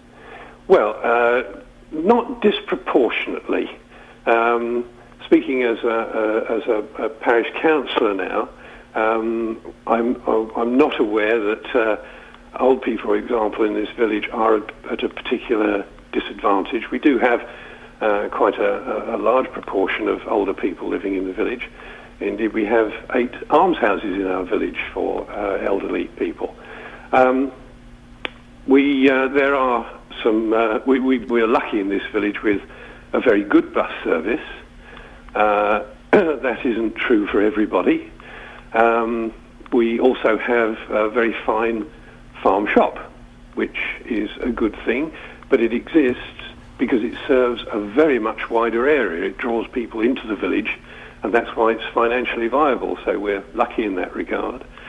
There are issues around the edge. For example, may seem trivial, but grass cutting is a particular issue here. We're a small village, about 125 households, with a large and very beautiful village green. And the amount of money that we are allocated through the community charge to cut the grass is totally insufficient to keep it in good order.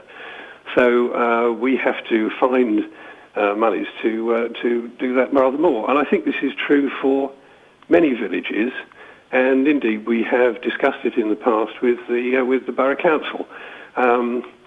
There are small things like that which are nevertheless quite important. Alan, we have to end it there. Thank you very much. That's Alan Appling, Treasurer of the Campaign to Protect Rural England Bedfordshire branch. On FM, AM, online and digital radio. This is Iain Lee. On BBC Three Counties Radio. So, Luton Borough Council, over a period of 8 months, spent over £130,000 on translation services. Simple question.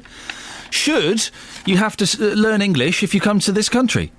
Matt's in Luton. Morning, Matt. Hello. Hello, Matt. Oh, hello, Matt. Matt, what do you think? Should you have to learn English if you come to this country? Of course. Pourquoi? When I came to this country in 1958 from Ireland, I was a bit green round the edges, and I didn't speak very good English. Well, people wouldn't understand what I was talking. What did you speak? Did you speak Gaelic? No, I spoke English, but it was very bad English. Okay. I happened to get a butcher's job, and I worked in a butcher's shop, and I was told I had to brush up my English because people wouldn't understand me.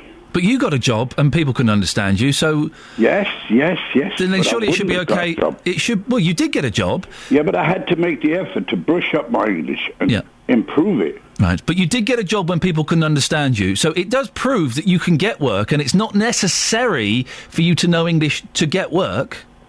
Sorry, you got me wrong. The question you asked, should we have to speak English in our English country? You're right. I'm just going from your example, though, Matt, that you know, we don't have to stick to that specific question. It's a conversation, so we can kind of dance around the edges slightly. Yeah, but you dance around the edges for your benefit. Well, no, I like to investigate all aspects. You twist it round, don't you? Well, no, Matt. I just like to investigate all aspects of a conversation. It's what we would do if we were having a conversation in the pub. I wouldn't ask you one specific question, and then for the next 3 hours we'd stick to that. We'd kind of talk around it, wouldn't we? Yeah, but here's the reason. Now I'm speaking English to you, and you can understand exactly what I'm saying. Huh? You can understand what I'm saying. But you... one point that you said was that you got a job when people couldn't understand you. So it's not essential for people to speak English to get work? I got the job, but I was told I had to improve my English. OK. And you have done that excellently? Yes. I'm so pleased that you're telling me, and I'm so pleased to be able to speak English, because I'm in an English country. Well, you're in England. When you're in France, you speak French. When you're in Italy, you speak Italy. My son went to Italian. France, and he learned French straight away. He learned French? He had to. Yes. Yes. He says, it's only proper. It's only proper, Ian. Are you watching Are you watching High School Musical? No. What's that music I can hear in the background? I'm listening to, I don't like his show, The Ginger-Haired Knob in the mornings. Chris Evans? Yeah, Chris Evans. OK, so you're listening to Chris Evans and phoning me? Well, yes. Isn't it great? It's great. It's England, isn't it? It's England, and we can do that. Apologies, I don't know. Apologies to anyone in baby. It's a category D, but I still have to say a little apology there. But it is England, and what's great about England? You can listen to the Ginger-Haired Gentleman and phone me. Oh, God bless this country and the royal baby and all who sail in her. Travel news for beds, cards and bugs. BBC Three Counties Radio. Brings a tear to the eye. At the M1 southbound, we've got problems as you come down from Northamptonshire toward Milton Keynes. It's looking very busy. Junction 15 at Northampton to the Newport Pagnell services after an accident. That's been moved to the hard shoulder, but it's causing delays. And we've just had a call from Mark on the M1 northbound. There's a lane blocked off by a 3-vehicle accident between junction 12 at Flitwick and 13 at Bedford. Delays of around 25 minutes already. It's lane 3, the outside lane, that's been blocked. Emergency services are on the scene and long tailbacks.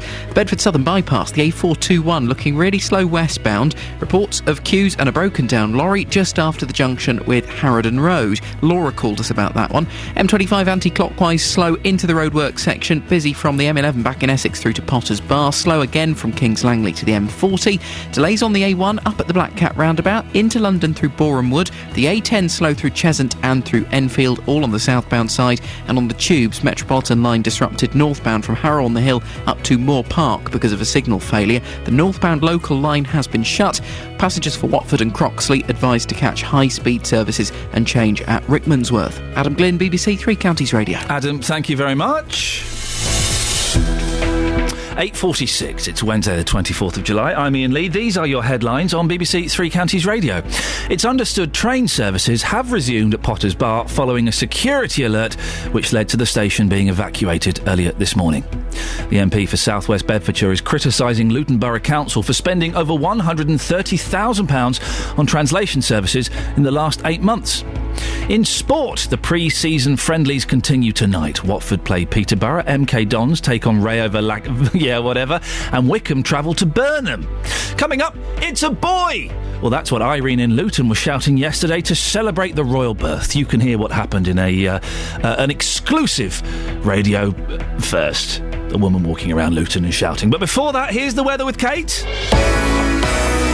Beds, Herts and Bucks weather. BBC Three Counties Radio. Good morning. We've had some sunshine this morning. A distinctively different feel to the day. Less humid, less sticky than it has been for the last few. But we're still hanging on to the warmth. Now, variable amounts of clouds. We've got quite a lot moving in across parts of Buckinghamshire and Hertfordshire at the moment. But towards the east of the region, it's actually quite sunny. Some higher clouds, so the sunshine a bit hazy. And that's really the story for the day. Variable amounts of clouds, sunny spells. Very slim chance of a shower, unlikely though for most of us, but the temperature expected to get up to around 26 or even 27 Celsius, so another warm one, 81 degrees in Fahrenheit, just not quite as sweaty. A really nice end to the day, some evening sunshine, clear night. It's really towards dawn tomorrow we'll start to see the cloud develop and then some light patchy rain arrive through tomorrow morning as well. It's a warm night, built up areas likely to get around 16 or 17 Celsius as the minimum, towards the countryside more like 14 or 15. So for tomorrow, rather grey start, some rain around, but it will move out of the way. Dry and brighter tomorrow afternoon. And again, we're hanging on to the warmth. That's your forecast.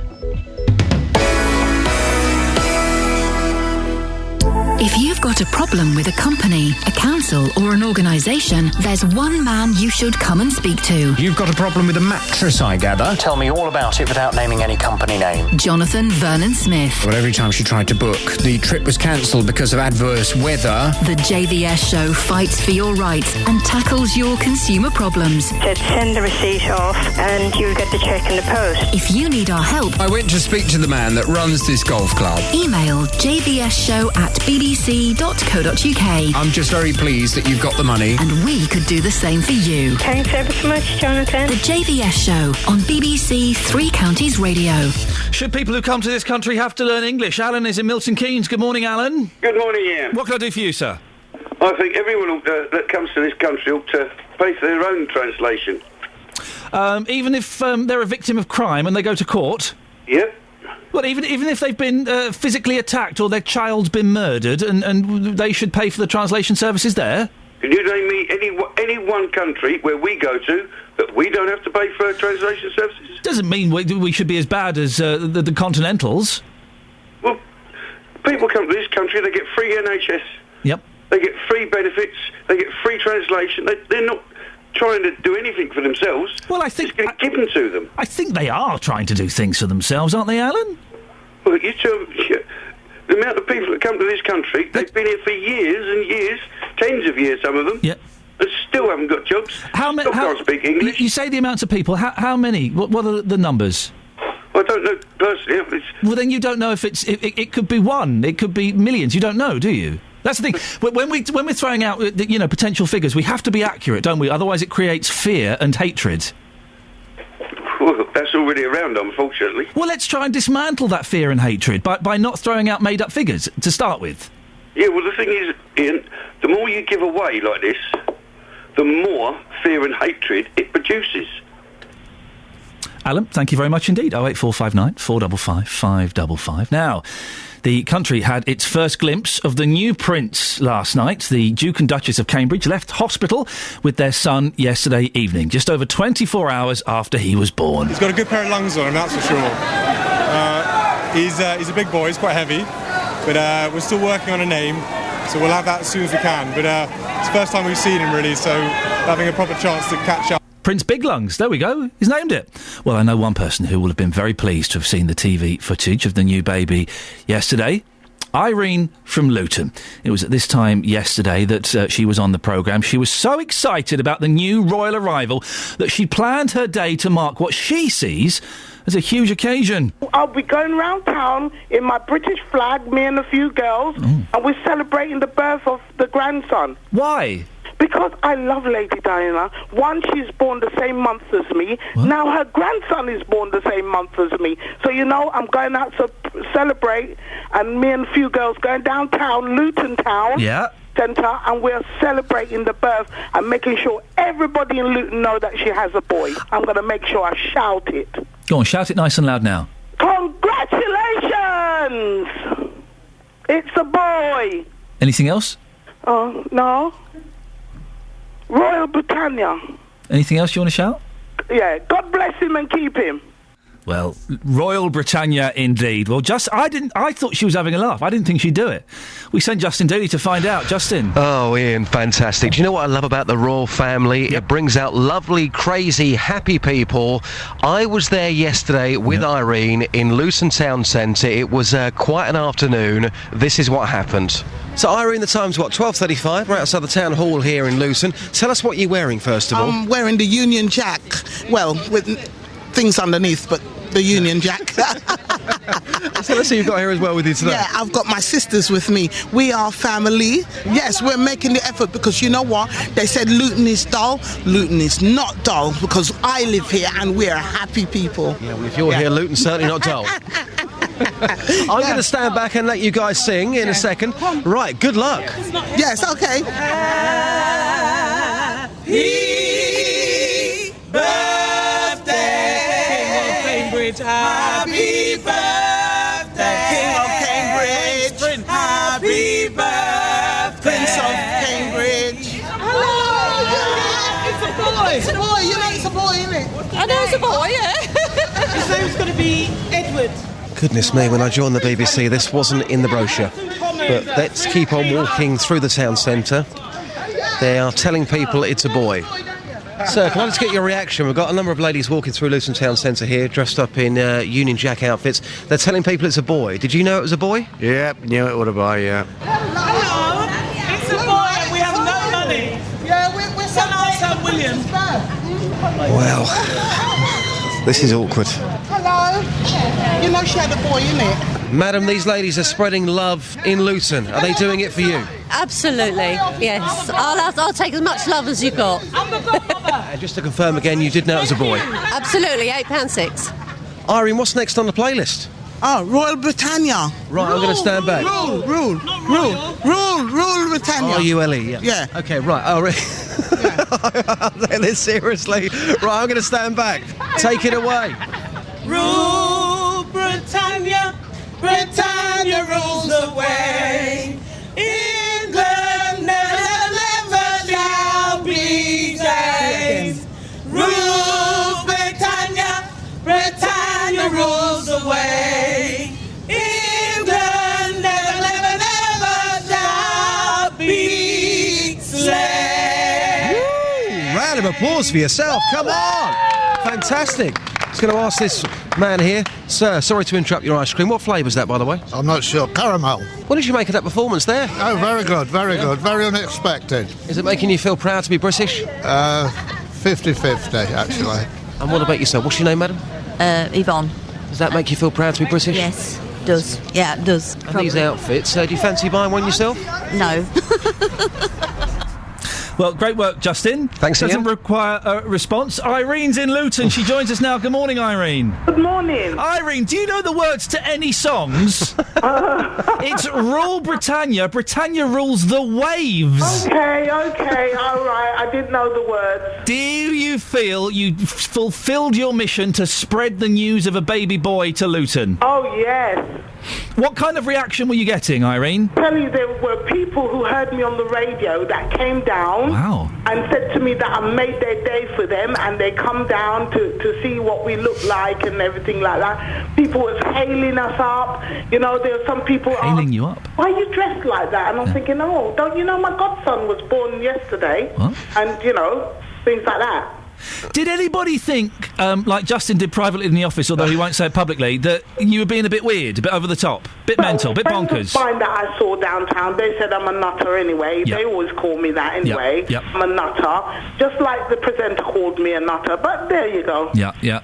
But did you have fun, Irene? That's the main thing. I'm telling you, I've never had so much fun with my clothes. I mean, really good yesterday. You are. Really good. Hey, listen, you know on a Friday morning we do a live bit of music and we get people in and singing and stuff? Yes. Do you and your girls fancy coming in one Friday? Of course. Yeah, we get you to come in. My sisters, Grace, Hildia, Corinne. Are they your literal sisters? Yeah, all of them are sisters. Then let's we'll tell you what, stay on the line. Kelly Betts will have a word with you and we'll sort you out coming in one Friday morning. Okay. That'd be a lot of fun. That'd be fine. Irene, we need more people like you. Thank you very much, my dear. Thank Ta-ta. you. There we go. Well, that's that sorted, and she'll be coming in on a Friday. Now, coming to the end. Just, you can go now. What? What about the email? I don't want you reading it. I don't want you reading Adam that email. Weatherall, dear Sir / Madam, I felt compelled to write to you regarding the Iain Lee show this morning, 23rd of July, and how Mr. Lee behaved during his show, namely throwing his toys out of the pram with an unprovoked tantrum directed towards his roving reporter colleague at the end of the programme. Doesn't even know your name. He goes on. Yeah. He goes on and on. And by the way, I wasn't going to mention this, but I might take your agent up on that offer.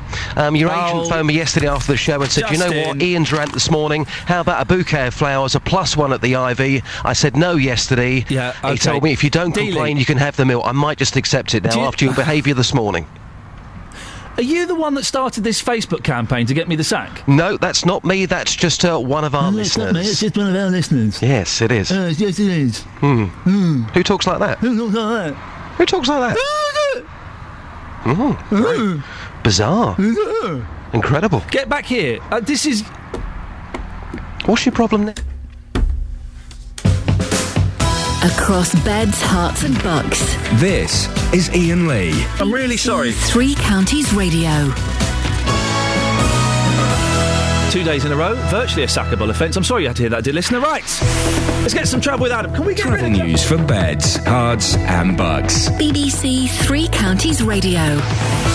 And so we soldier on. The M1 northbound, there's a lane blocked by a 3-vehicle accident between junction 12 at Flitwick and 13 at Bedford. Congestion's back to Toddington at the services. It's taking around 35 minutes to get through, and it's lane 3, the outside lane, that's blocked. The Bedford Southern Bypass, this is the A421, a lane blocked by a broken down lorry just after Harrodon Road.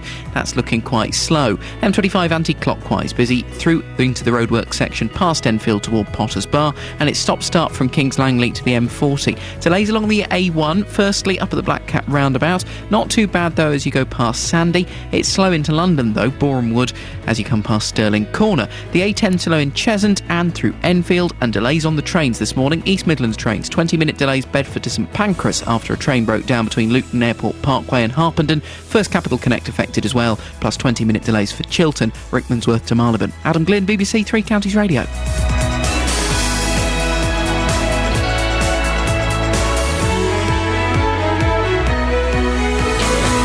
FM, AM, online and digital radio. This is BBC Three Counties Radio.